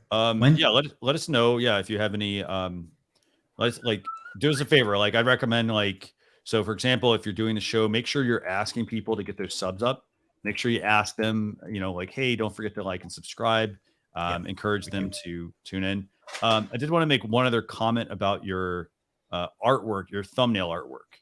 I like the look of the overlays, like what you look like on screen. When you start to change the titles of these episodes, you're going to want to change your thumbnail a little bit. Right. The thumbnail's going to have to like, you're going to want to make sure the text of what that episode is about is visible. I agree. Okay. And then I so agree with that. I had to change that up on my channel as well. Yeah, if you go to my personal brand, you'll see that I'm already doing all this stuff over there. Yeah. It's just got to convert it over. Yeah, I don't know why I'm not doing it here. Right, it's all right. I have no excuse. Which one are you? Is it Stephen Box or is it something else? If you do Unshakable Habits, Stephen Box. Yeah, like I don't know what it was. One team where one of their main players got this is football. Was it Green Packers? Whatever. Oh, yeah. And the guy is this YouTuber guy, and he was talking about it, but his thumbnail was like that. And it was just so funny. Just clicked on it. It's like that. Like it's like visual. I agree So, with the thumbnails. a couple other little tips here for you real quick on this as well. Oh, So, nice. so one thing you also see, you have the same like look for this video that you have for the other one. Mm-hmm. So like for the sports side and for this one. Oh. For example, if I were doing this one, I would recommend maybe putting the sport coat on and the dress shirt. Right. If you're talking about like, building habits, things like that. And then on the sports one, maybe you've got a sports like look that you're going with. I agree. I'd probably recommend something like that. And then I'm looking at the same thing here. I mean, you've got like, no views on this, for example. So you are putting your hashtags in. I'd recommend on your hashtags, by the way. And by the way, for those who do live streaming, you can put up to 3 hashtags in your description and they will show up at the top of the video. And so one thing I'd recommend here, Stephen, is like have one branded one and then have something that's a little more generic to get you in, like maybe it's motivation, for example, if that's the game here, for example, or confidence or something like that. Putting in a generic hashtag so that you can get that video inserted into larger videos, or sorry, into larger topics that people are searching for. And then the other thing, same thing I'm noticing here, like no tags, for example.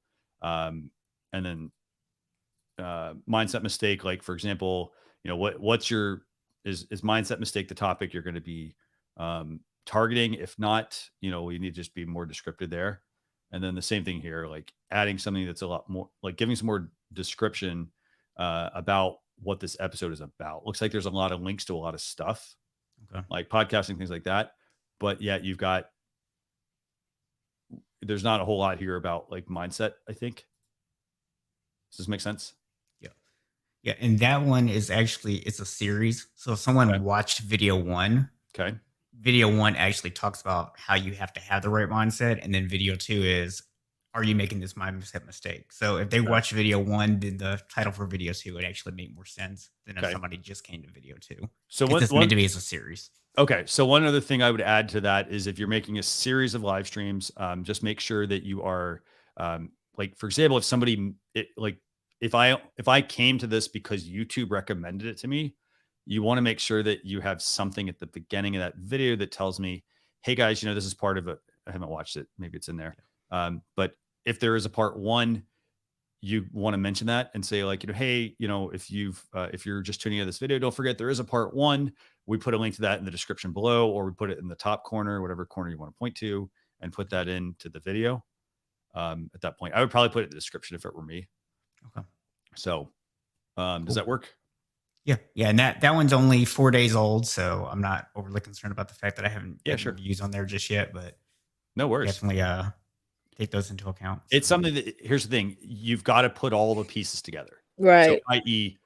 thumbnail needs to be very descriptive about what that episode is about. So set up a design, like Canva, Easel, any of those tools, set up a design, change out your topic, maybe change out your picture every so often. And then you have a system that you work on every time you're going to do a live show, whether it's the sports one or your unshakable habits. So that's that. Second thing would be every video, whenever you schedule it to go to YouTube Live, for example, go in and put the tags, whether it's your brand, your name, what the topic is about, create a mix of that, and then put in a title and description that all correlate to that. Mm-hmm. Every single time. It sounds like it's a lot of extra work, but that will definitely help you bring in some views, and you're going to be able to, then you can tweak them and see what's going to work, what's not going to work. But I think that can help you get more views on each of those different videos. Right. Okay. Right. Okay. So one final thing for you, just as somewhat of a feature request, because I know you guys were asking with hotkeys and stuff, what people might be looking for. Yeah. So we have like the really nice graphics for the sports show. Uh-huh. And let's say if I wanted to bring someone on live, well, now we have a third person. Okay. So now I have to create an entirely different layout for that. And if I'm switching between the 2-person and the 3-person view, there's going to be that second of switch where it's going to be ugly because it's not going to be a smooth transition between the two. So there was a way to automatically say, this is the background I want for 3 people. This is the background I want for 2 people, which I know the Stream Deck would allow me to do that because then I can have 2 things happen at once. But even without the Stream Deck, if it was just a feature, that's how I would imagine using it personally. Mm-hmm. Okay, let me just make a note. So basically, if you bring a two person shot with a two camera overlay, same for a 3-person, etc. Right? Yeah, and then you just automatically be able to switch the backgrounds and everything when you switch the camera views. So basically, so they move together. Yeah, or in sequence. Okay, cool. Very easy. If you have any other questions, again, feel free to reach out. You can join our Facebook group, facebook.com/groups/StreamYard. Let me get the link, /StreamYard community. Feel free to join that, or you can always direct message me. So I appreciate it. Our production meeting this week will be very interesting. Awesome. Yep, definitely. Yes. Thanks for joining us. We really Time appreciate to it. pivot. Thank you. Yes. All right. Okay, so let me see if we missed any comments, by the way. And by the way, if you're finding these if you're finding these sessions helpful, do us a favor, hit the like button and make sure to subscribe to the channel, and also let us know in the comments. If you like what we're doing, if you're like, you know what, hey, we want to see more of this, less of this, and so forth. We really want to hear. Sorry, so I typed that mistake. Let's see what else we got. This is a question that came up by Jewel. She was asking about the admin access. I know that is in the works. Think in the summertime. I think are you asking about the StreamYard Teams feature? I think that's what you're asking about. So yeah, so we do have StreamYard Teams coming out in the summer. I think that's what you're looking for. Or are you asking specifically for YouTube? I think it's just for StreamYard though. If it's just StreamYard, we've got the Teams feature coming out over the summer here. Right. What else do we have? Let's see. I'm going to bring up Square Table Degenerates podcast. What Steve's talking about is why I don't do just sports talk. It instantly eliminates 80% of the audience. If you do general sports chat, you have to be a good personality. Yeah. So 100% agree with that. You either have to be a good personality or you have to have other people as well that are working. Like you might have for example, let's say you have a generic or general sports talk show. You may want to have an expert or co-host that one person covers baseball, one covers football, basketball, soccer, tennis, whatever. So you could break it up that way as well. Or you could have one person as the host and everyone else maybe underneath that takes, a particular sport, for example, that they're able to cover. Okay. Let's see. Another recommendation, by the way, if Steve's still watching, John's recommending try adding a Facebook page, or I can't tell if you Facebook group or page. Use it to keep your fan base updated during the week. That is another option. You could set up a Facebook group, and you could tie that to your Facebook page, and that group could be about all the stuff that's going on, and then you could cover one or two of the main topics on your show. Right. Or ask them also, sometimes before I do my show, I'll say, hey, what you guys want me to talk about today? Or what do you want me to talk about regarding this subject matter or this thing that just came out on the news, to get their cued into it. Yeah. Jennifer is asking, first time here, would love to have our show reviewed. This is great. When's the YouTube channel reviews? Okay. So the live stream reviews, you can join that one. I did drop a link to the invite link to join us on screen. And then Leticia, when is the YouTube channel reviews? It's going to be on Saturday, June 12th. That's when the YouTube channel reviews is going to happen. Yeah. So that, and that's a once same a month time thing they do. Yeah. Let's see. Another couple other tips real quick for Steven. They got to find other people that are dying to talk about sports. Yeah. Yes. So, yes. Yeah. What is this one we've done? Did you put this one up, Leticia? No. Oh, I'm sorry. I tapped it by mistake. Oh, sorry. It's my nails. Hold on. We've done 42 live interview sessions. Most of the time, my streams didn't go smoothly. The software is asking for a strong internet. My guests had terrible times and disruptions.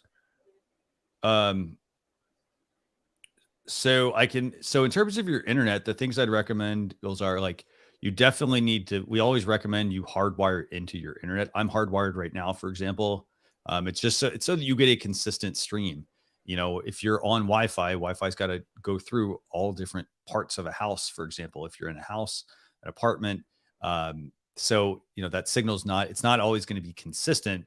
And if you have a strong, consistent signal, it's going to always be the same. So there's not going to be those dips that you're going to run into. And the other thing is, like, our software is cloud-based. So we actually handle most of that. So you do have to bring, a pretty good, a decent computer, but you don't need like a gaming laptop necessarily, but it all helps to make things run smoothly. In terms of panning and zooming and things like that, that's actually all controlled by your camera for the most part.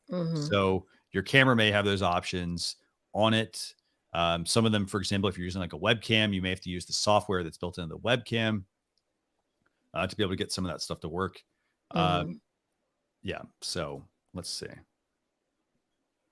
Okay, let's go bring some other guests on, Leticia. Yeah. So Tim is up next. Tim, you ready? Thumbs up. Okay. Very cool. Okay, So, I think Tim, he's ready. Thanks for joining us, Tim. Oh man, I feel like I'm on the Tonight Show. Are you kidding me? This is fantastic. I'm waiting for the live studio audience. You guys are you guys are great. You guys are great. I just want to, I have a couple questions, but I want to tell you something. I'm an old dog, and let me say that StreamYard is so easy to use for me. Yes, it is. Again, I'm not of this generation, Yeah. I mean, I never learned how to go and program my VCR, never mind trying to get any of this other stuff in. VCR, what's that? Yeah, exactly. This is exactly it. And I was on terrestrial radio for a number of years, and then we went into internet radio because it was, be honest with you, it was quite cheaper. And I was able to get a larger group in. And what I've noticed, and I stopped it for a number of years. I ended it for a number of years. And now that I'm retired, I jumped back into the pool. And we did it basically because of COVID. There was a bunch of us that got together that I speak at conferences and kind of consult for some TV networks and stuff. And we decided that we would do something to give back to the communities that have supported us in the past. And when I started looking around, you guys were highly recommended. And I was kind of like, I don't know if I want to play around with this yet. And boy, I'll tell you what, thank you so much. I went from having an entire audio studio in my old house. We just moved last year, 2 days before the world shut down. Yeah. And I'm down now to basically, when I am working, a webcam and a Yeti microphone and my laptop. And it is so refreshing to do that and to understand it. So I can't thank StreamYard and all you guys enough. And Christian, you've been so great to me, answering so many of my questions. I mean, really. Anytime. Well, I appreciate it. Here's my question. Now, I'm used to a basic radio podcast format. Intro, middle, outro. Intro is my big thing. It's so overdone, so old. I'm looking for some ideas on how to jazz it up a little bit, because what happens is intro, what you're doing is you're building your viewers or your listeners, whatever your, case may be.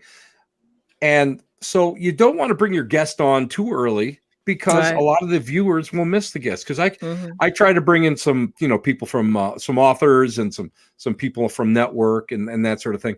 And so you want to be able to go and build it up. But the chit chat really gets long and drawn out. And I hate being able to go and have to do my own self promotion or, hey, what's going on? And this is what I'm doing in my life, blah, blah, blah. Do you guys have any kind of insight or suggestions on how I could kind of jazz that up a little bit, where I don't have to go and just have that kind of interplay? Because I've been doing it for years. I know all these other people have been doing it for years. It's the same thing across the board. Very good questions, actually. Leticia, do you want to take this one? Break it down again. So you're saying that you mean the chatter that goes in between you and the guest, or are you talking about what goes on in the intro? What goes on in the intro, pre-guest, because it takes me roughly 5 to 10 minutes to build an audience, because that's when, even though people know I'm on at 7 p.m., I'll just go 7 p.m. Eastern Standard Time here. But it takes that long for people to actually, remember and associate and log on and everything. And it's just like, I'm so tired of me saying, well, you know what? I'm going to be appearing here next week, or I'm going to be, we're talking about, this is what I did last week, or, what I did during the week. Is there something else that I could maybe, put in there instead of that? Well, definitely you could do one or two things. Like intros are really good at getting your audience hyped up, because you're not just thinking about the people who are going to watch live. You're also going to be thinking about the people who are going to be tuning in on the replay. So for example, Michael Daniels, who is in the comments there, his intro is actually giving his audience instructions on what to do. Subscribe here, hit the button here, hit like, and like sort of like instructing them on what to do before the show actually starts up. My intro is more of like a hype video, like getting you excited, getting you hyped up for the show. So you could do one or two of those things, but just try to keep it simple and not have it so long, because I've seen some intros that are like 5 minutes long, and to be quite honest, when I'm watching the replay and it's 5 minutes long, I always end up clicking off and watching something else, because I just want to see the content, even though I could fast forward, but still. So yeah, think of it like, what's your overall intentions of the intro? What is the goal of the intro? Is the goal to get the viewers to actually do something while you're setting up for the show, or is it for it to get them like hyped and excited about the show? And you can do both, in one intro. Basically what it is for me is to go, and it's a time filler. First of all, I do early. So a lot of people are, finishing dinner or whatever. Right. So that's my biggest hurdle, is just that first, I would say 5 minutes, where I can go from 10 viewers to 50 viewers, so I can push that a little bit more. So I'm gonna go and I'll do some more hype on there. And my whole thing is I want less of me on there and more of the guest and more of the topic we're talking about. Right. But then that would allow you to make a lot of intros too at the same time. So that can get a little bit, if you're going to have different guests on the show, you're going to have to make a different intro every single week. Well, that's all part of the game. That's right up there with doing, an author sends me a book to read. That's my responsibility to read that book, because every question, of course, in every interview, you guys know yourself, for every question that you ask, you really should have the answer already. You should know it already, because this way it can lead into wherever your guest is going. Because that's so important. So I don't mind doing that. The question came up earlier, which I think is brilliant, is to start doing smaller segments. Now my show is an hour, but during the week, do you guys think it's a good idea just to do like 10-minute things or 5-minute things, and just to do like a small episodes in order to build into my show? I think so. Yeah, I think so too. And also you could take clips like Christian, what was that website you shared last week where we can like cut up our shows? And like I would also do clips, like take the most meatiest part of that show and make that a clip too, and upload that onto your YouTube channel as well. So now you got some shorts there, That's a good idea. Yeah. So instead of creating new content, use and leverage the content that you already created and just cut it up and post that, Yeah. Yep. And that tool, it's the one we showed last week. It was called Streamable. And Streamable, yes. I'll actually go ahead and bring that up right now. Bring it up. Yes. Where's my pen? Let's see. So I'm just going to grab an example. I don't know if let me see if this one will actually work. We might even be able to use this one. Let's see. Oh, cool. Oh, actually, sorry. It doesn't support the live stream. So let me actually grab our last episode and I'll show you how this works actually. So that'd be one thing, I think. The other thing, are there any comments there, Leticia, from anyone that have recommendations? Yes. NLTMW said, ask the audience to submit questions for your guests during the intro. Engage them. Yes. Especially if they know the guest already. If there's somebody popular or what have you. I always ask after I create the banner and I put it out there in social media, because basically I'm cheap, and that's the cheapest way to get it out there and the most effective. I always encourage people, hey, send me some questions. I want to be able to go and ask your questions. I can ask 1,001 questions, but I don't know what you know or not about whatever. So that's great. Yes. Sorry, by the way. Sorry if there was some noise there. No, I didn't hear nothing. Okay, so let me go ahead and bring this up actually here. So this is streamable. So basically, if you go to streamable.com, basically what I've done here is I've taken the URL from our last episode. Okay. And so what I can do now is, like, let's say I want to create a clip. Like, let's just say I want to, like, let's say I identify that this is the part, for example. So I can easily just do this clip. Mm-hmm. And then if I create video here, it's going to just give me, let's just make it shorter just so you guys can see this. Let's make it like, let's say this is the clip. So if this was the clip, it literally would just play through once I create the video. And then that would be something that I could share out on social media. It's just that little tiny portion of the video. So that might be something worth checking out, Tim. I definitely will. Yeah, that's a great idea. That would actually really be a great PR tool that would not cost anything, and it would be a great filler and be able to do that. Because now what I'm doing now is for a 7 o'clock show, I'm doing a Facebook Live for about 5 or 10 minutes at 4 o'clock to hype the show up. Also, of course, I usually I'm starting to hype the Tuesday show up on Saturday night. So this way, people get a good chance to be, to really understand who's going to be there and what's going to go on. And listen, I'm not going to take a lot of your time anymore, but I got to tell you, this is the way this works. I can't thank you enough, because I just got a invitation to speak at a virtual conference because of StreamYard. Because people went and have seen me do my show, and they were like, wow, maybe you would like to come and do this. I also got a possibility. I got a little breadcrumb that came in today to speak at a conference in Las Vegas in December. Nice. So that again is coming in from StreamYard, from the work that I'm doing. And what I love about StreamYard now is the fact that people worry about numbers. And what I've done is since I've retired from my real job out there in the real world, I'm not doing numbers anymore. When I was on terrestrial radio and that, you have to worry about numbers. Yeah. What I'm doing now is not worrying about numbers, but I'm worrying about networking. And what's happening is that people are seeing me do this on StreamYard. Yeah. I get invitations to conferences. Because of the invitation to conferences, I've been able to go and consult on network TV. And the latest thing I've done was Portals to Hell, which is seen on Discovery Plus. And it was a thing that, a cameo that I did for them. Here's the thing. This is how people, this is how you grow. And through the networking, through the handshaking, through, the associations, the sky is the limit.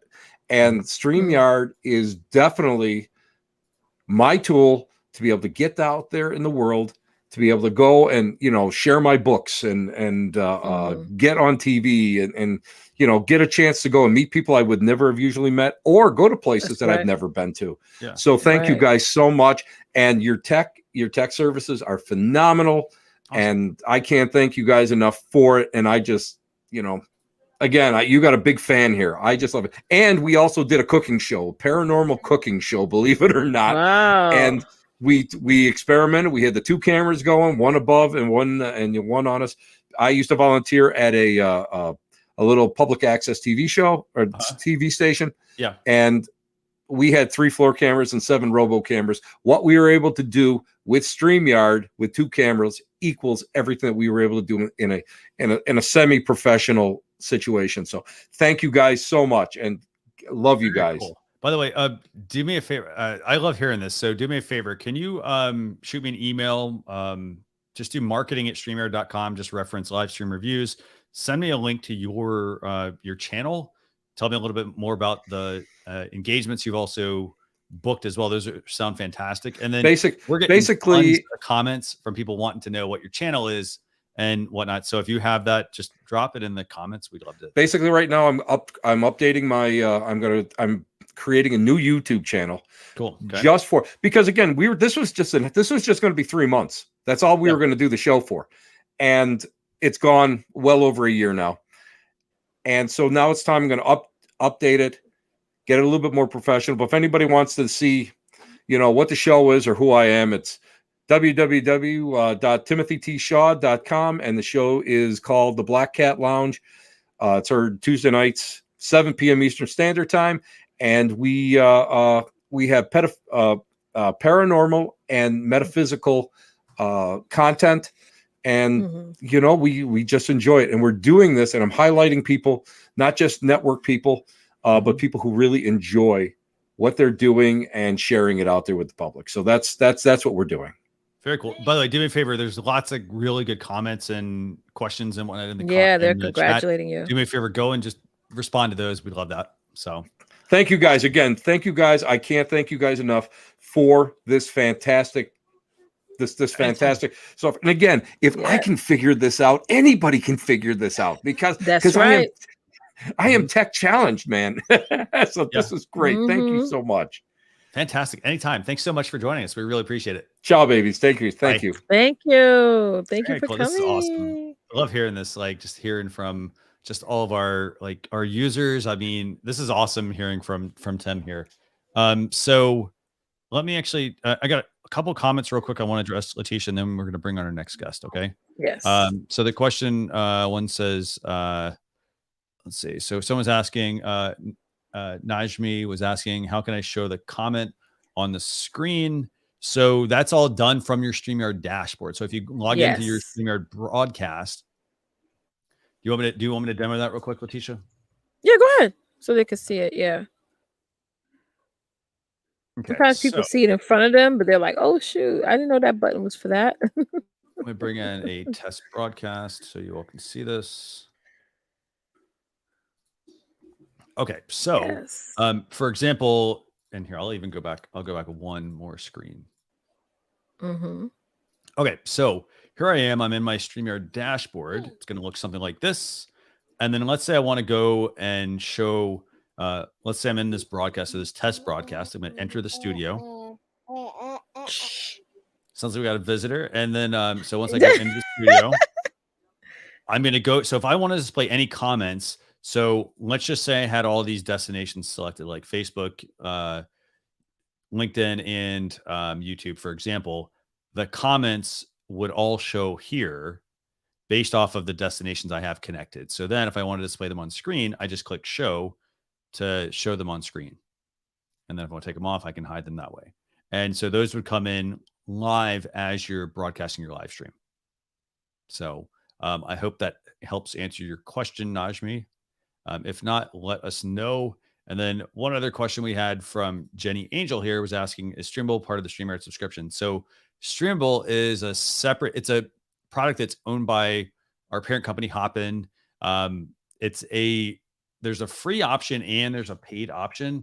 So the free option, let me see if I can get the pricing here. And by the way, it's more than just, so there's a free option. It gives you 90 days of video retention, ad supported playback. There's megabyte and time limits. And then obviously you get HD video. Versus if you want the 4K version, it looks like it's $8 a month. There's cloud storage, and then there's no limit on video size or length, and much more. So that's what Streamable can do for you. So you literally can just put in a video URL or upload a file, and then it'll allow it to. You can easily just go through and create the clips off of it if you want to. Okay. One, Milda, I will get to your question about the giveaway here shortly. We're gonna go. Who's next, Leticia? Dave Cooper .live is next. The man. What's his question? Does he have a question? Yes, we're gonna bring him up right now. Cool. Okay, let's do it. Hey, Dave, how you doing? Hey. Or you're muted. Oh, we can't hear you. No audio. Is he in an RV? So cool. Oh my god. Now? Yes. All right, perfect. No worries. Yeah, I'm in the RV. I'm on the side of the road. We have a live road show, so we've been traveling the country, and this is the first day I've caught your show. Awesome. And I'll tell you what, I absolutely love it. Tim Shaw, you're the man. I appreciate what you had to say.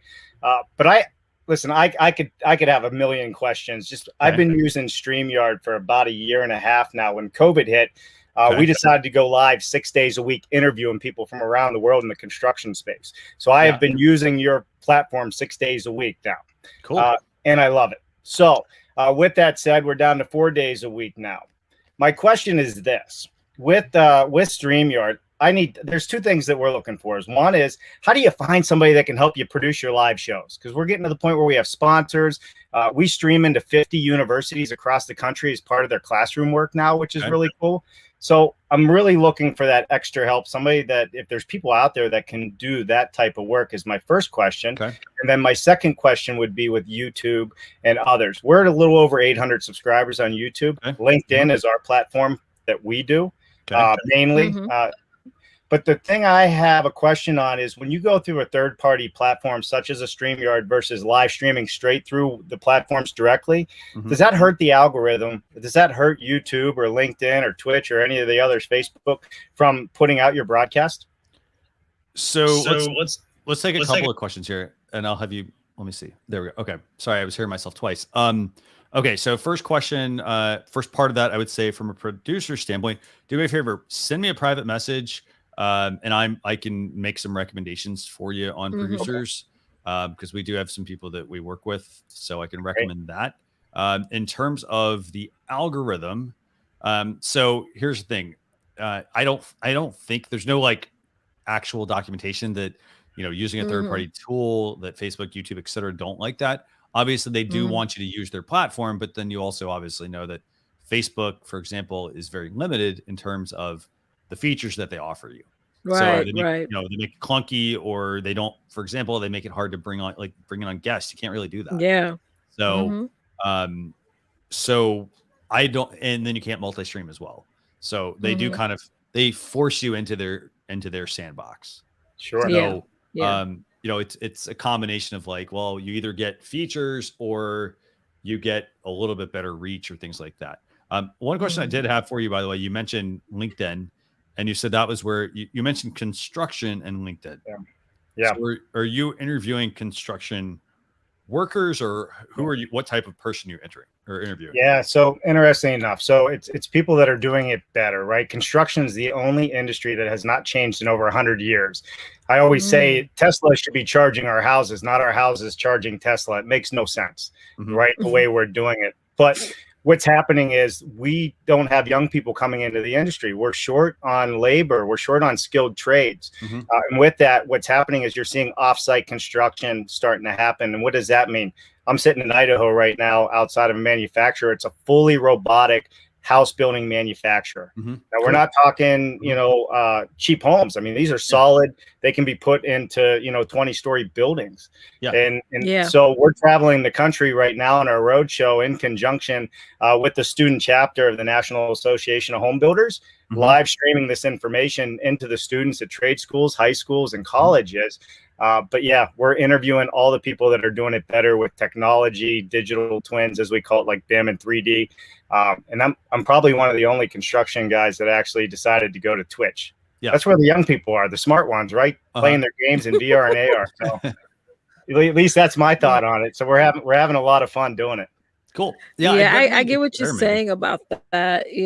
About the whole construction thing. I used to work for a nonprofit, and we did high-rise buildings here in the city, and we would do what you mentioned. We would hire a company that would build the units on their site and then ship the units over to. It's quite amazing to see them stack like a Lego, but I understand that's a huge hardship for construction jobs, because everything's remote. It's like outsourcing an apartment to be built. It is. You know who the best who the best offsite construction people in the world are? Take a guess. NASA, right? If anybody's out there ever built something, right? And on the plans, if you ever saw a set of blueprints, it always says field verify, right? Could you imagine if the astronauts went to the space shuttle and on their plans it said field verify?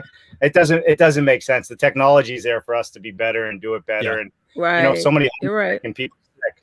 Homes are making people sick. It's not headaches and allergies. A lot of people don't realize it's their houses. So it's cool. And so I hope those answer your questions. You have any other questions on that, or? You know, listen, I could go on and on with comments and questions. I did have a couple just comments on some of the previous guests and what have you. If I have a second. So, you know, Tim was talking about intros. You know, one of the things that I found, especially with LinkedIn, some of the platforms make it very hard for people to find you or have a link unless you set up events. We found that longer intros allow people more time to actually figure out where the heck they connect with us. So that was one of our lessons learned. And we go 4 minutes. I was thinking of doubling that and starting with just a card saying, hey, we'll be starting shortly. So that's been our experience.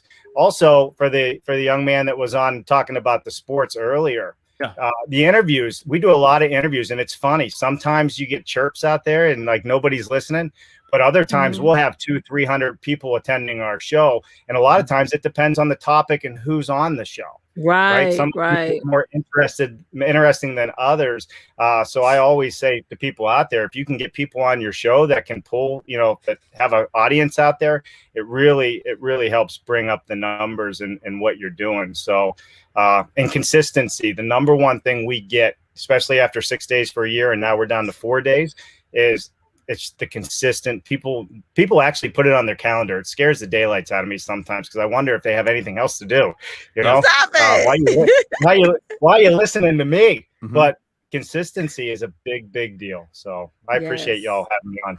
Anytime. And what is your channel? What is your channel? Because people are asking for your channel. Yeah, it's davecooper.live. And we're, I think, about 130 or something short of 1,000 subscribers on YouTube. That's been a big push for us, and that's why my question. It wasn't where we started because LinkedIn, we were more B2B. But yeah, please subscribe. But davecooper.live on all the channels. And let me pull up your channel just so everybody can see this. And by the way, just a couple of real quick pieces of advice on this. So we do live stream reviews, like we help answer your questions or check out your live side. And then there's also a once a month YouTube channel review section as well. So that way, if you have, like, if you want them to review your YouTube channel, you can actually join us join Daniel and Dee. They'll do a review of that on Saturdays, same exact time. It's just once a month. I put it on the calendar already. Cool. So go check out. And I will say, I mean, just looking at like your video here, I mean, I like his channel. Like, you've got good, quick pacing. I see here. I mean, so, you know, I like what you're doing here. I mean, I'm seeing this. Yeah, me too. I'm watching one video and I already feel like I want to sit down and watch this. Me too. Yeah. Well, you know, I want to get an RV now. You know what? I got a permanent bald spot on my head from scratching my head with this thing. This is more effort than any house ever. There's so many fuses and moving parts. It seems like every day I'm spending at least 2 hours. Like, God, what is going on now? But we're doing it. We got our don't overthink it. And you're doing a good job. I also will say your thumbnails, I mean, you're doing here. I mean, you're talking about you're at least putting the words on there that this would be about. So that's good. Very good stuff. And I like the softness in the color of his thumbnails. It's not like bright green, bright blue, bright red. It's like soft. Right. Yes. Right. And you're also putting in tags, also very useful. So yeah, we're trying hard to pull it all together. And in fact, I don't know, again, I'll ask another question. We're looking for, you know, more video editors, people that can help us out, because on this live on location, we're doing recorded videos as well. And we really need people that can up our game, because the videos are good, but I think we can get much better. Yeah. Yeah. If you like teaching the young people and having fun doing it, you know, this is the place for you, because they're our future. You know, us old guys, right? I'm with you. I'm gray here. I just keep it shorter. But if we can figure it out, they can run circles around us. Yes. Very cool. That's nice true. job on your channel. And hopefully our recommendations Congratulations. help you. And, good luck on getting to 1,000. You're doing a really good job. And feel free to join us for another one of these episodes. If you have other questions or you want to just pop in and provide some advice. So yeah, really I'm a fan. You'll definitely see me pop up in the chats here and again. So I appreciate everything y'all are doing. Great. Thank you. Cool. Thank you very much. Yes. All right. Thank you. And I just subscribed. Very cool. So Chris Jensen saying, oh, slept in and thought he missed this. Nope. Didn't miss us this week. Not at all. Didn't miss a beat. This is very cool. Yeah. And NLT said 825 and growing. Woo-hoo. Yeah, and Adam's That's great exploits. tip. 90% of my views during my live stream. How do you promote your shows? Yeah, good question. Promoting your show is key. You can't just go live. You do need to make sure you are promoting and telling people about it. So That's right. otherwise, again, don't be afraid to like talk about yourself, to talk about like what you do, what your show is about. For example, let your passion and your energy shine through. So let's see if we have any other questions. Dave, by And the way, actually there's a couple of good, researching other people who do similar shows to you. And that way, when you're talking about your show, you can then say, well, I know on average, people who talk about this topic, they dive into this, but on this show, this is what we talk about. Definitely. Yeah, no, these are lots of really good tips and information being shared. Okay, let's see. So do we have anybody else that wants to come on, Leticia? Nope. Flash in your pan, by the way, it's Dave Cooper live. So Dave Cooper live. Even search Dave Cooper. Here, I'll just actually say .live. Yeah. And right when you go on his site is a tap subscribe on YouTube. Just click it, it'll take you straight to his YouTube channel. Actually, I'll put a link to his channel here. So if you want to just check out his link, if you actually want to go subscribe, you can actually just go. I think you can go to this link. Actually, try this. He said, "Oops, not Joe." Try that. That should actually get you right to his channel. That'll actually get you a subscribe option as well. If you're interested in checking out his channel and learning more about it. Very cool. Okay. Very cool. Let's see if there's anything else. I don't have anything else, actually. What I do have, though, is we want to do a giveaway, actually, right, Leticia? Yay! Yes, we're going to be giving away a pillow. Actually, let me see something. Walter.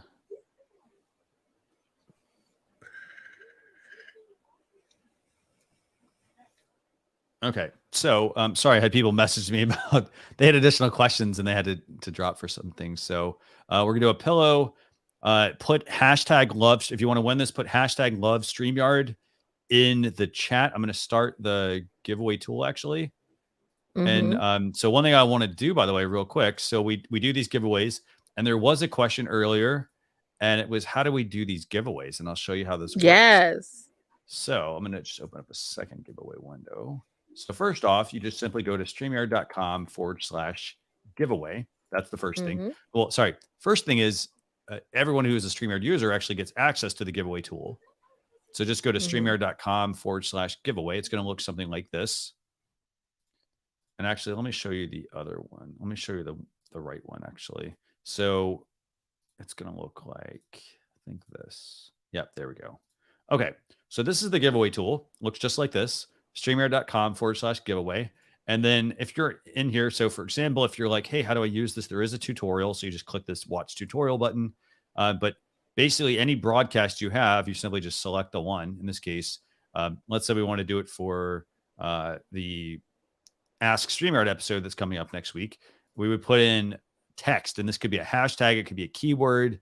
You put that in and then start collecting your responses. And then what's going to happen is you're going to see this. This is the live one, by the way. Yeah. Let me show you that one. Sorry, I had two giveaway windows open. It's going to look just like this. And you're going to see all the entries of all the people that are entering. Very cool, right? And so, so simply just go there, put in your, you'll start your giveaway. And then as people are entering, as you can see, the entries can go up. So for example, just put in hashtag love StreamYard. This should change while I do this. This is so cool. There you go. Yes, so 24. Now, keep putting it in, guys. And you only have to put it in once, guys. You don't have to keep putting it. Hashtag love StreamYard. Put it in once, and then what's going to happen? So when you put the hashtag in, for example, if you're somebody who's not authenticated with like the Facebook group and you're trying to enter the giveaway, you're not going to get counted because you're not a user. So you need to go to StreamYard.com/Facebook and authenticate. But if you want to access the giveaway tool here, this is the tool. And then when we're ready to pull, we just will simply pull the winner. So let's give it another 20 seconds, Leticia. Yeah, Square Table said that this. Can I bring up the comment or no? Why it's up? Yeah, sure. Yeah. Oh, I can? Okay, great. Square Tool says this tool is way better than any other giveaway tool out there. Awesome. Yes, because here's the thing. The way we used to run these, we'd use like Wheel of Names, and Yep. you know, the challenge there was if you're trying to do a live giveaway, if you have 50, 100 people entering, you have to enter all those Oh, names. it's so annoying. There's some that they only work with YouTube. For example, ours work with anyone pretty much who's entering the destinations. Right. You know, again, only thing you have to do is just authenticate with Facebook if you're, for example, on Facebook. So yeah, so the great thing is you just literally go to StreamYard.com/giveaway. And then the benefit there is you'll be able to then enter the giveaway. So Yeah. that's how it works. Yeah. Michael's funny. He said he won his own giveaway last night. That happened to me once. Was going back to me twice. I had to keep hitting the button. So let's do this. Let me know when you're ready and we'll pull the winner. Okay, gonna wait like 5 more seconds, y'all. Put in hashtag love StreamYard, and we got 31 entries. Yes, never know when to put in the code while they're talking. Oh, okay, yeah, okay. John said he needs to put pillow for puddles. He just went live the other day and showed how he got puddles in the mail. And we love that, guys. When you guys go live and you do an unboxing of the StreamYard merch, I always like to watch those. And make sure you put in by the way, if you do get some nice merch, do us a favor, go to put in the hashtag love StreamYard, and that will actually it'll help us see what people are like, you know, who got merch, what they got, you know, let us see how you're displaying it, all that other fun stuff. Right. So, cool. And one last question from Philippines. He said, should I stream on YouTube and Facebook at the same time? If that's where your audience is, absolutely. All right, we're ready. We're ready, Christian. Yeah, and it won't hurt. Like if you multi-stream there, for example, remember you can always start in 2 places and then shut one of them off. Some people will start going to Facebook and YouTube, and then they'll say, you know what, 20 minutes in, they might say, hey guys, we're going to continue over on YouTube, and they'll actually remove the destination. You can do that in your broadcast. You just simply edit the destination. So that's a good point, Christian. Mikkel, I'll try to take your question here. If you join backstage, Mikkel, I can take your question afterwards if you have a question. So I just dropped that in. Okay, so let's do this. Let's pull the giveaway winner, and let's see who's going to win. So very simple. Just by the way, whoever wins, all you need to do is go to send us an email to marketing@streamyard.com. Mikey, how am I saying this, Leticia? Mikey Lito Live. Mikey Lito Live. Yeah, do us a favor. Mikey, do me a favor and send us a message to marketing@streamyard.com. I think this is him here. Is it? Is it Mikey Lito? Yes, I think so. Yes. Congratulations. Yes. Get a pillow. Awesome. Very cool. Okay, so do we have time for one last question, Leticia, or no? Yes, we have time for. Oh my gosh, we got a lot of people actually that popped in. You let me know if we have. Okay, you want to bring Mikkel on? Yeah, sure. Go ahead. Yeah. Okay, we got to take off the giveaway. There we go. Awesome. You ready, Mikkel? I hope I'm saying this name right. Mikkel. I think he came on before, actually. Yes, he looks familiar. Let's bring him up. Yes, I remember. Hey, I remember you. Hey, how we doing? Yeah, I'm doing great. How are you? Good. Great. Love StreamYard. Thanks for having me on the show. The first time I was on the show, I was by accident. I was at work and I saw the button I hit, but when I heard, hey, we're bringing Mikkel on, I had to run to the kitchen to hop on. So that was pretty cool. And my co-worker, what are you doing? I'm like, I'm on live with StreamYard. And she was like, how are you on live? I'm like, I don't know, but here we go. But I got a couple questions here. So when you said you said you had a license for music. Yes. How, like that, any music, and how did you get that? So great question. Great question. Yes. I purchased mine from like I bought an Epidemic Sound license. Now, it only gives me access to whatever music they have in their library, which is actually quite a lot of music. It's not going to be like popular music, that kind of thing. So, Right. by the way, we do have a StreamYard blog post actually on that tool and a whole bunch of other ones for music. I don't know if you happen to have checked that out. No, I haven't. Okay, I'll drop a link to that. Let me see. Because there's like literally there's like 20 plus places. They're free and paid places. So I'll just drop it in the comments right now, actually. Yeah, so for example, for something like that, I go there and then like I use that tool. There are tons of other ones out there. So like if you're like the music there isn't what I want, then I may want to go somewhere else. But that's and what is it called again? What's Christian? Epidemic Sound. Yeah. Epidemic Sound. Okay.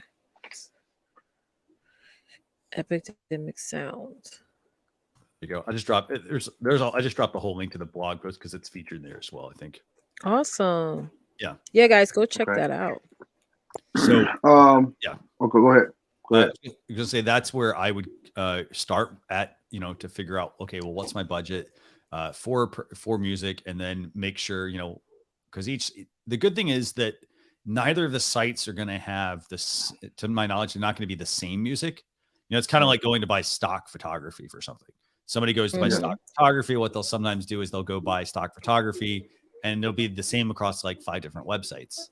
The music side doesn't work that way. So the music side, it looks like they're all unique or fairly unique. So yeah. Okay. Your 2 quick questions. Your ear headphones are like earbuds. Where did you get those from? Because I've had issues with I use Yeti. I've plugged it in my computer. Yeah. But I've had interference issues, the big thing with my broadcast. So you're saying I've watched 2 or 3, and you really big into having an earbud or earpiece. Yep. Or headphones. Yes. And where are those from? Where can I get those? So I got these from Walgreens. They're TCLs. Okay. And then I got mine at Guitar Center. So I went to Guitar Center only because these are then more for like musicians and things like that. Right. So they're similar in the fact that they're headphones, but then some of them have certain drivers in them. For example, the ones I have, these have no mic on them. So for example, and the reason is because I'm just using them as headphones. Right. I like Christians actually. These are in-ear monitors. Right. Okay. So I can hear everything that's going on with my guests and everything. Yep. But I have a big head. So anything I need to add to make it look bigger than it is, I don't want to use it. Nope. Super low profile. I mean, they go. Yeah, because I have the power, the Beats by Dre. Yeah. Oh, okay. But, and I haven't tried to use them because I've been using the Yeti or what you said earlier, the speaker from my laptop, which hasn't been the best. So that's what I'm trying to upgrade to this. So and these are I think these were like $60, $70, something along those lines. That's not bad. But that's all I use them for is live stream. I don't use them for anything else. They don't even leave my office. Yeah. Okay. Like that's it. And they're hardwired. You should have designated headphones for designated things, especially when you have kids and things get swapped out. And I do like Christians because again, there's no mic to it. For me, this has a mic to it, so I have to keep switching on StreamYard. I don't want it to come off the sound to come from this mic. I mean, I don't want to use this mic to talk into. I want to use this one. So, I'm definitely going to get the ones Christian got. So Christian, these that you have, so you use that. I've been watching and listening, and you use a Samsung QTU. I recommend a Samsung Q2. Yes. Okay. So I can plug all these into the earpiece will be for monitoring, and the mic is simply both are being plugged into the computer, correct? Yeah. Right. So basically, which one you have, Christian? Which the one that you have? So I recommend the Samsung Q2U. I'm using a Shure SM7B. This is a more expensive microphone, but the Samsung Q2, I always recommend that as a good starter mic. And it's because it has 2 things. For starters, it has a USB option. So it'll plug directly into your computer. And on the bottom of the mic, there's a headphone port. So you can plug these directly into it. Okay. So then you got this goes into the mic, into the bottom, and there's a little stand. and then that plugs directly into your computer via USB. Now, if you decide you want to upgrade at some point, it also has what's called XLR.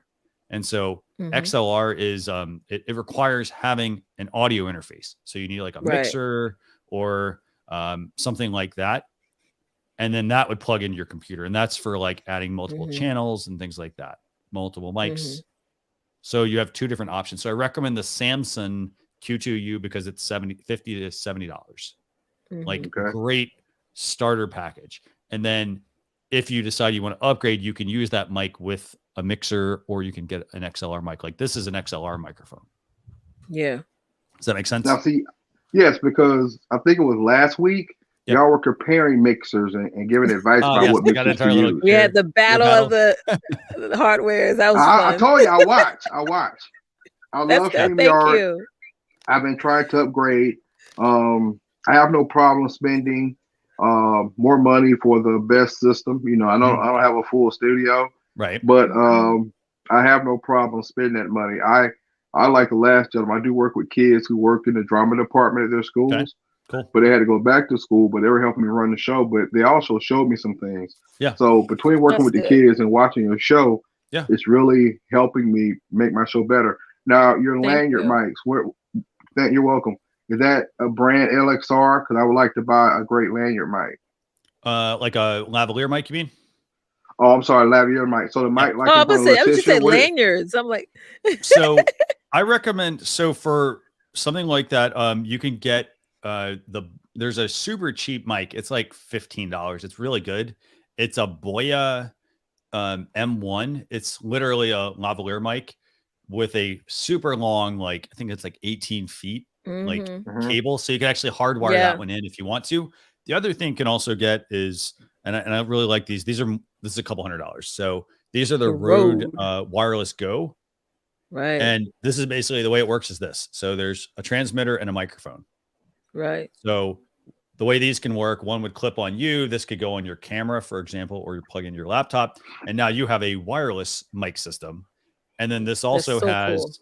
Let me find it real quick. There's also a microphone. So the other cool thing about this is it has a port to be able to plug in a lavalier mic. So if you want to get that, like if you want it to be wireless, but still have a mic that's close to you, like you could basically clip this on like this, or let's just clip it right here. And then if I wanted to, I could run an actual hardwired mic from here to right here in front of me, and then I'm still wireless. Right. Does that make sense? Well, you lost me. Okay. So, so basically, so like here, I'll use this as the example. So let's say this is my lavalier mic. It's not a lavalier mic, but let's say it is. So I have two ways I can use this set of mics. One is completely wireless, meaning this one goes to the computer. This one stays on me. Now, this is a good mic. The only thing is that it does pick up like noise and things like that because it's an open mic at that point, right? So what some people do is they will plug a physical hardwired mic into one of these, and that will get the mic closer to your mouth, things like that. So what you would do is you would clip this onto yourself like so. Then you would hardwire your mic directly in front of you, okay? And then this is the receiver. This is on the computer, the camera, and I'm wireless at that point. But I'm still getting the hardwired mic like this. Does that make sense? Right. Yeah, I got you. That makes sense now. Okay. So like Leticia, the mic you have in front of you, where can I get mics like that? You can inbox me. I got this on Amazon. But it did not come with this arm here. I actually bought the arm separately. I had to get a new USB, right, Christian? I got that from the Guitar Center. Yeah, you need. I got the cord. Yeah, it came with a cable, but it wasn't working with my laptop, so I got a different cable for it. And okay, and I can reach out to you on Instagram, I guess. It's at the real Leticia. Facebook. Yeah, you can reach me out on Instagram. Yeah, the real Leticia Campbell. Yes. Okay, so I have a Facebook show. Talking about going continuous. So I have a Facebook show that supports and connects Black-owned businesses, basically in the South, and just connecting people to let them know. And I interview different people from different genres of business, from lawyers, attorneys, marketing, things of that nature. A lot of people are sitting at home, and now this country is kind of opening back up. People are still going to compare, they're like, where can I find a hairdresser? Where can I find a car detailer? Where can I find so-and-so?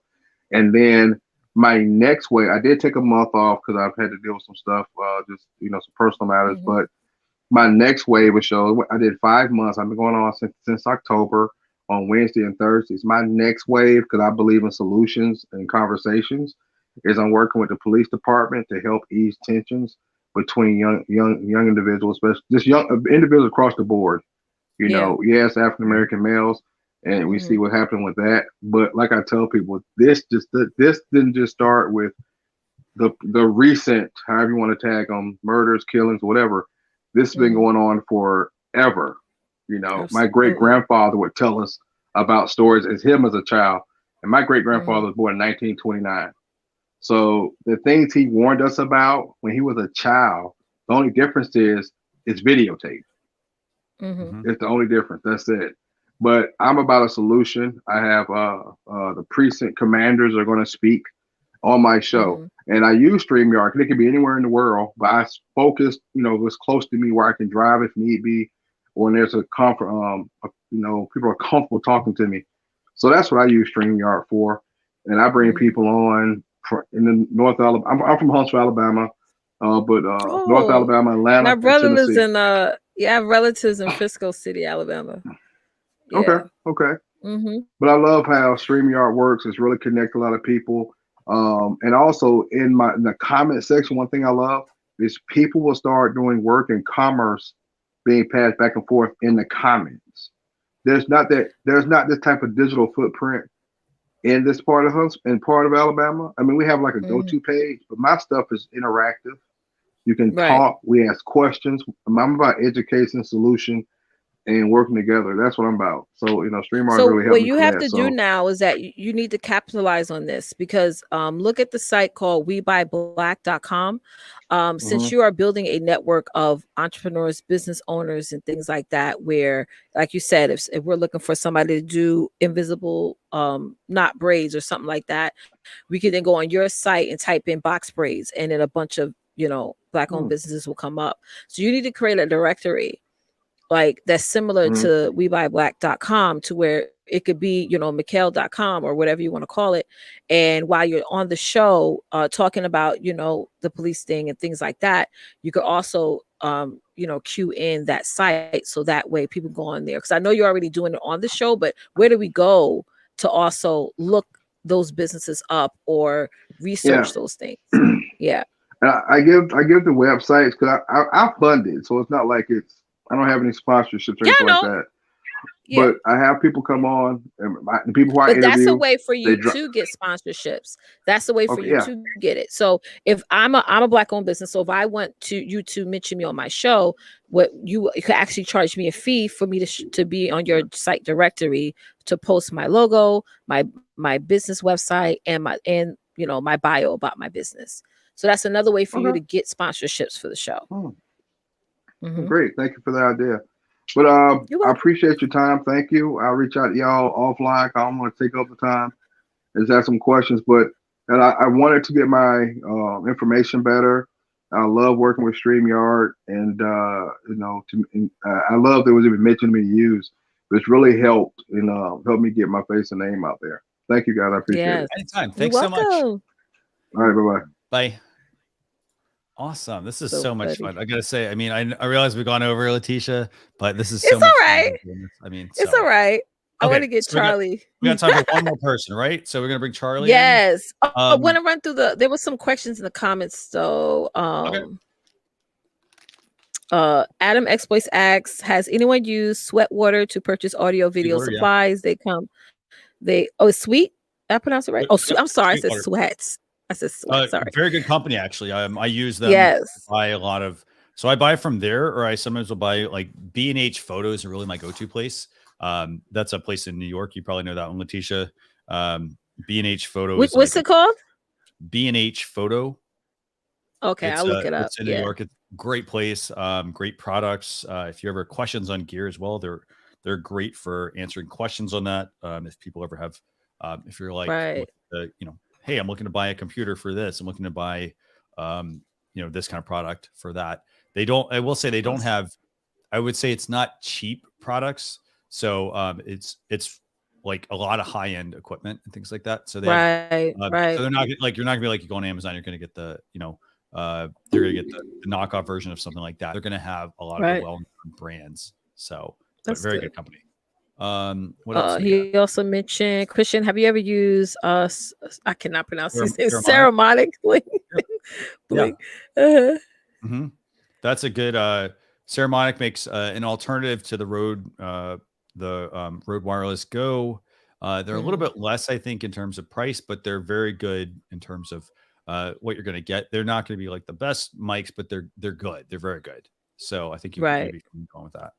Right. Noella Roman said, "What can I do to avoid noise when I use my computer and also the phone, as I need students to see my hands, but then the mic noise while in the broadcast? Headphones." Well, I guess the question, is she streaming from a phone or what's she doing? Because if you're streaming from a phone, then your mic is going to probably be open. So I would recommend, as Leticia just said, headphones. If you're streaming from a phone, you're, so, you know what, actually, maybe, I think actually what she's saying is, I'm wondering if she's using her computer to stream and her phone is a second angle, maybe camera angle. Because remember, I see. you can send the guest link to your phone, open it up, and it becomes a second camera in your StreamYard dashboard. Right. Now, if that's which the case, is quite cool. Yeah. What do you need to do? So in order though to fix that, so what you need to do is, you can't just turn the volume down on the phone. The phone by default, even though you do that, it does mute it turns the sound down, but it doesn't actually mute the mic. You actually have to plug in a pair of headphones, preferably like something that doesn't have a mic, to trick the phone into turning off the mic. Otherwise, you got two hot. And you also mentioned that you can like, let's say if you have a cheap set of headphones, plug that in the phone and you could cut the cord, right? And that will work too. Yep.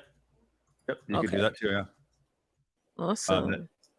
That's definitely an option. Let me see what else. Hey, Cooper's saying uses the Blink 500 on the road, works great. Yep. So it's a good set of wireless mics if you need those. Let's see. Oh, thank you, Village. Was that one?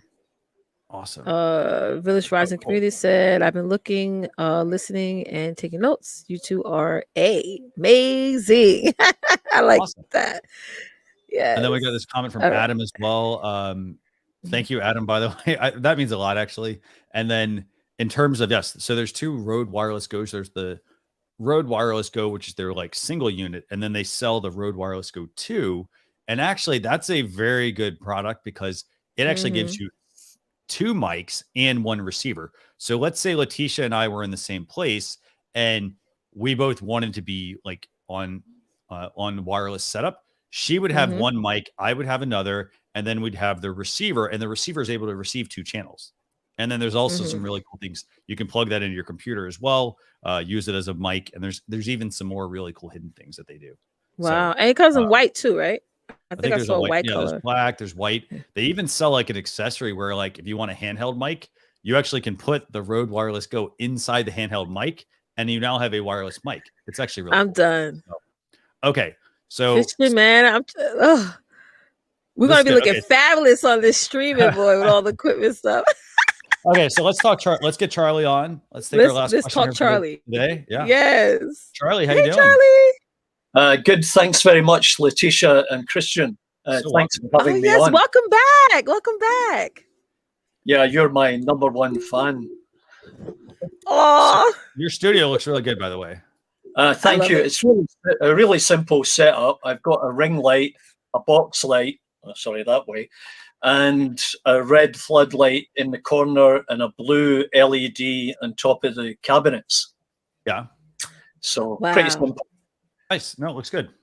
Anyway, my question is, first of all, I've been on YouTube for about 10 years now, and I do a couple of things. One is model railways, and I do a regular once, twice a week StreamYard presentation on that. But the latest thing is how to restore your Generation 1 Camaro, like 1967 to 69. A friend of mine does this, and either I will work remotely here and he's in his garage at another location, or I go up to his place, depending on the COVID situation. And what I haven't figured out yet is how to get an outro into my broadcast. Someone told me on the chat list that, yeah, you can add it in as an additional video. So I wasn't sure if you could have more than one video in there. Could you explain that? Yeah, sure. Yeah, you could have multiple video clips in there. Yes, you want to make sure the file size is not so big. I forgot the. Yeah, I figured that out. 2 megabytes. Yeah. It's 200. So if it's a video clip, it's 200 megabytes and 10 minutes. Yeah, that's important, guys. Especially, I had to film it and then check out the size and then edit it and do it again until I eventually come up with the 200 megabytes. So so one thing here, I'm going to show you here. I'll show you screen share this real quick.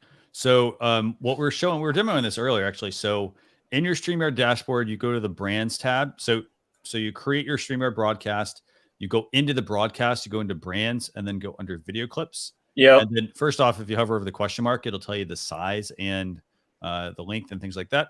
And then so basically I have multiple ones here. And so if I want to play this one, for example, I just click on that, or I click on that, and so forth. In terms of getting the size down, so one thing I'd always try to do, I try to be under 200 megabytes.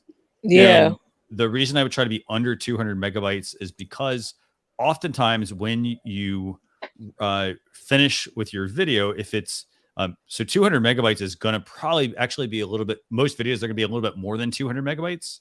Yeah. So it might say that it's 200 megabytes, but it really might not be.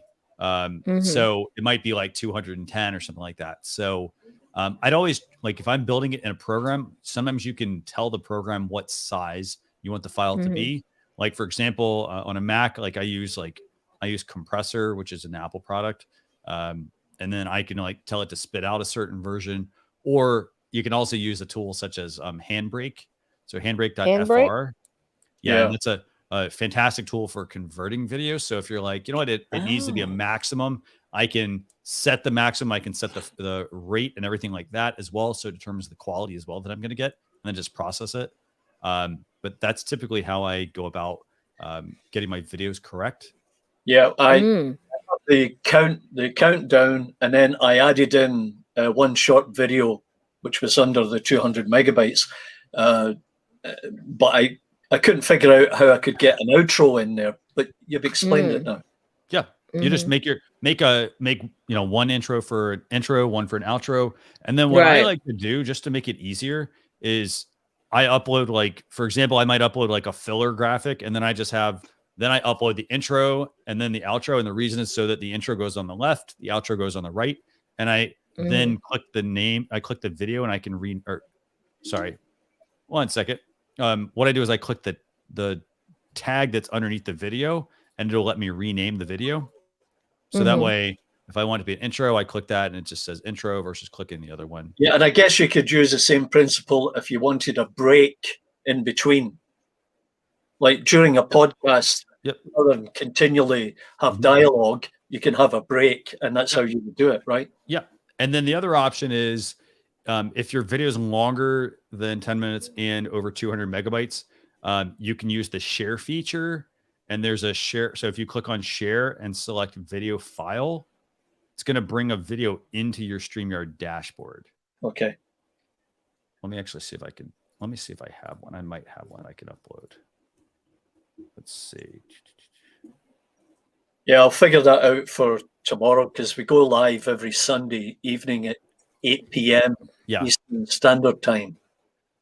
So here, let me do this. Let me show you this. I just uploaded a video. And so I mentioned under brands, video clips, you can, for example, let's say we want to rename this video. We just click on it and can rename it that way. Yeah. And then I do like intro, outro. You could have a mid-roll, for example. The other option is if you go to share and select video file. And then, for example, I have this video I just uploaded from my computer. And I can actually, if you see here, I can scrub through the player and start at certain times. I can adjust the sound, for example, and play it if I need to. Well, that's cool. Okay. Yeah, very good. Thanks very much for that. Awesome. Anytime. Very cool.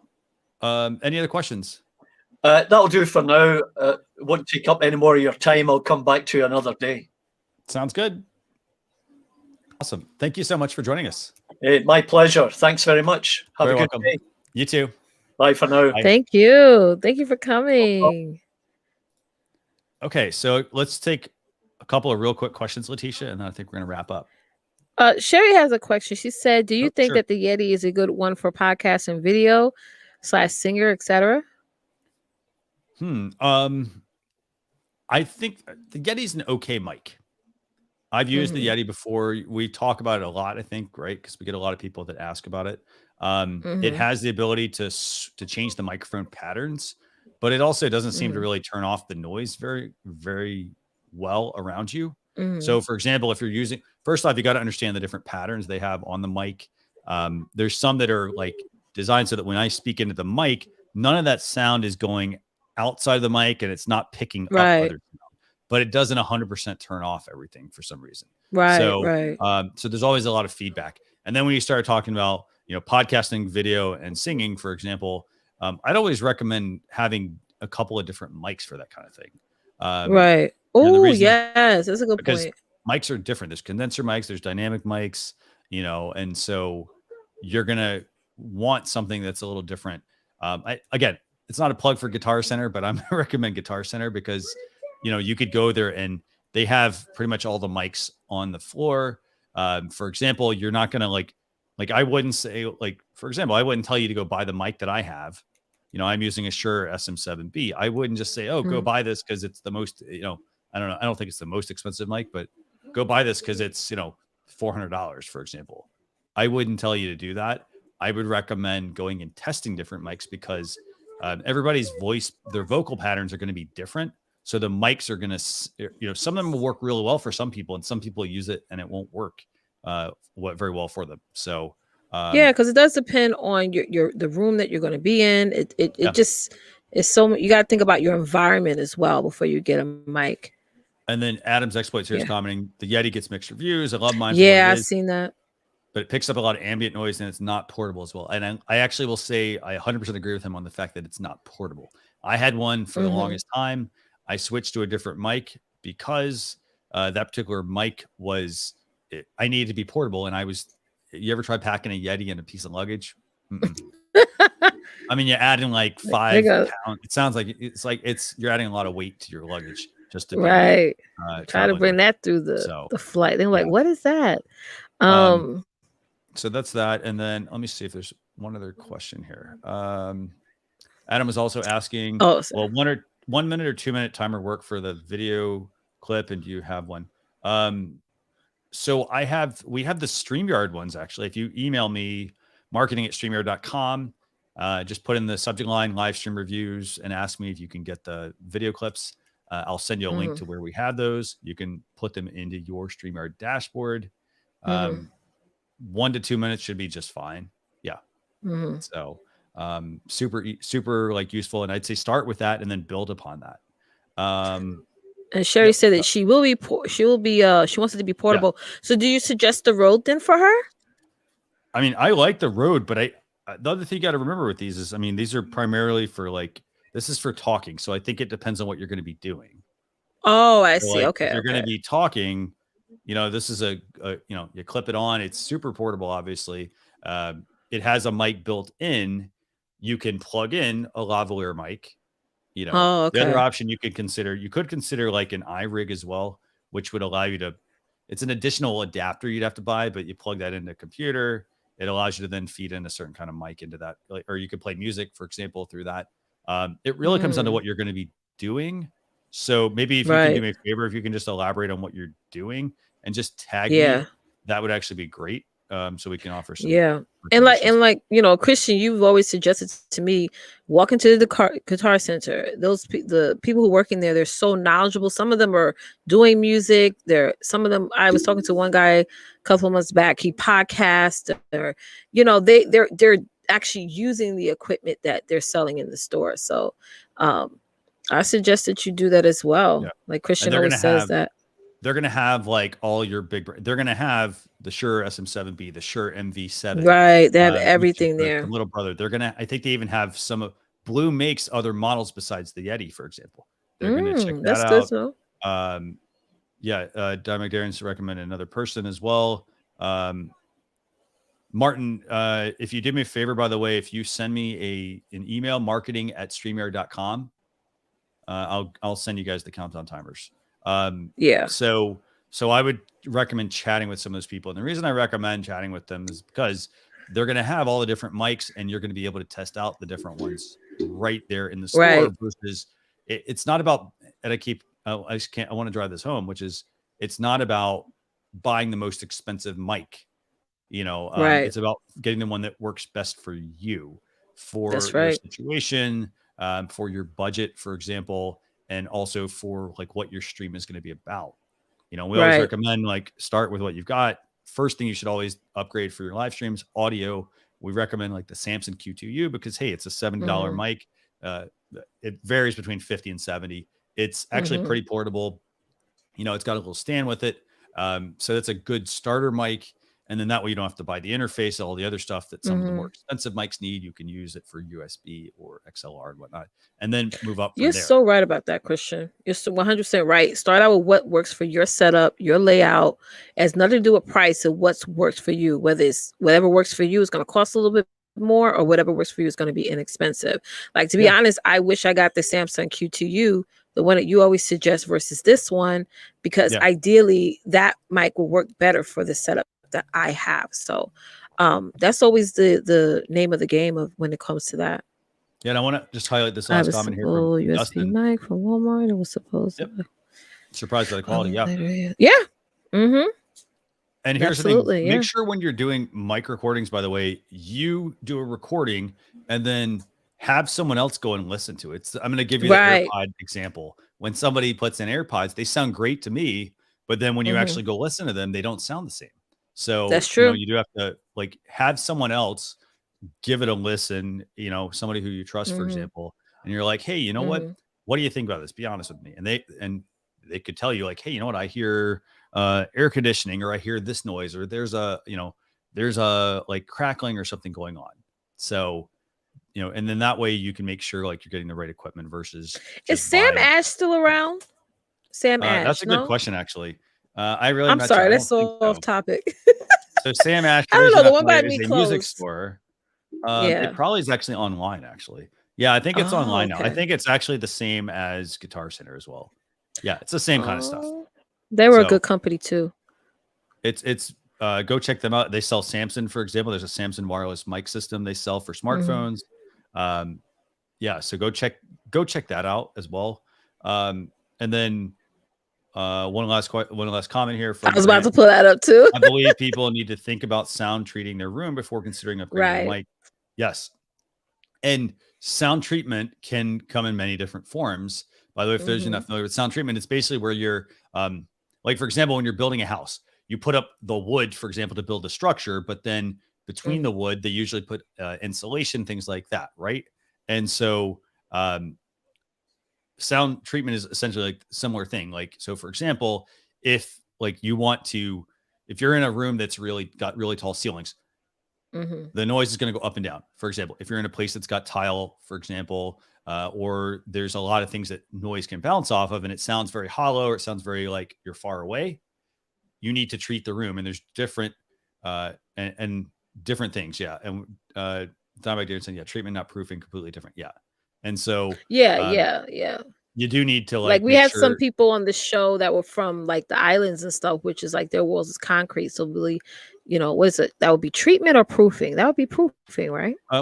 Treatment would be like putting up like absorption panels, like things like that on the wall.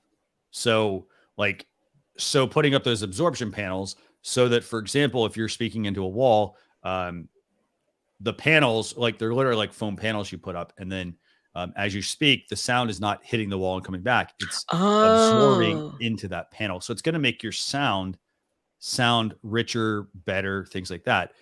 You could also then do things like putting carpets down, blankets, towels, as Adam recommended here. NLTMW, I think, has said before, try it. You know, if you got a pile of laundry, I mean, again, same kind of stuff. You put that down, it's going to make it better. And then, yeah, as Darren said here, you know, treatment makes it sound better. Proofing locks out sound from the outside. Yeah.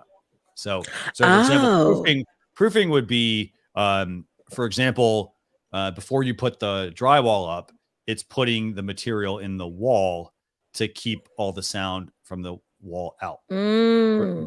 Because instead, otherwise it would just literally pass right through.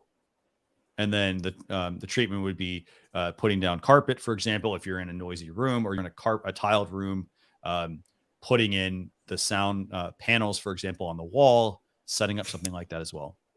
So he said team laundry on the floor. We pay attention, by the way. We do pay attention to that. So awesome. This has been so much fun, by the way. This was fun. I gotta say, when's our next show, Leticia? I gotta look at this real quick. Our next show is going to be next Saturday, 12 p.m. Eastern Standard Time. That's going to be June 5th. Wow, May is over. This month went by fast, crazy, right, Christian? It did, right? Yeah. So that's June 5th, 12 o'clock, right? Yeah. Very cool. June 5th. So with that, June 5th. I want to thank everybody for joining us. This has been a lot of fun. I hope you guys have a great weekend. If you have any questions, again, don't hesitate to reach out to us. We're always here to help. And yes. Let's see. One last thing. Darren says you can you can't prove the room. Then sounds echoey. Yep. And then it needs treatment. Yes. So proofing would be keep the sound out. Treatment is going to be to then absorb. So if you proof the room, the sound can still echo. That's what he's saying? Yeah. Like, well, let's just say this.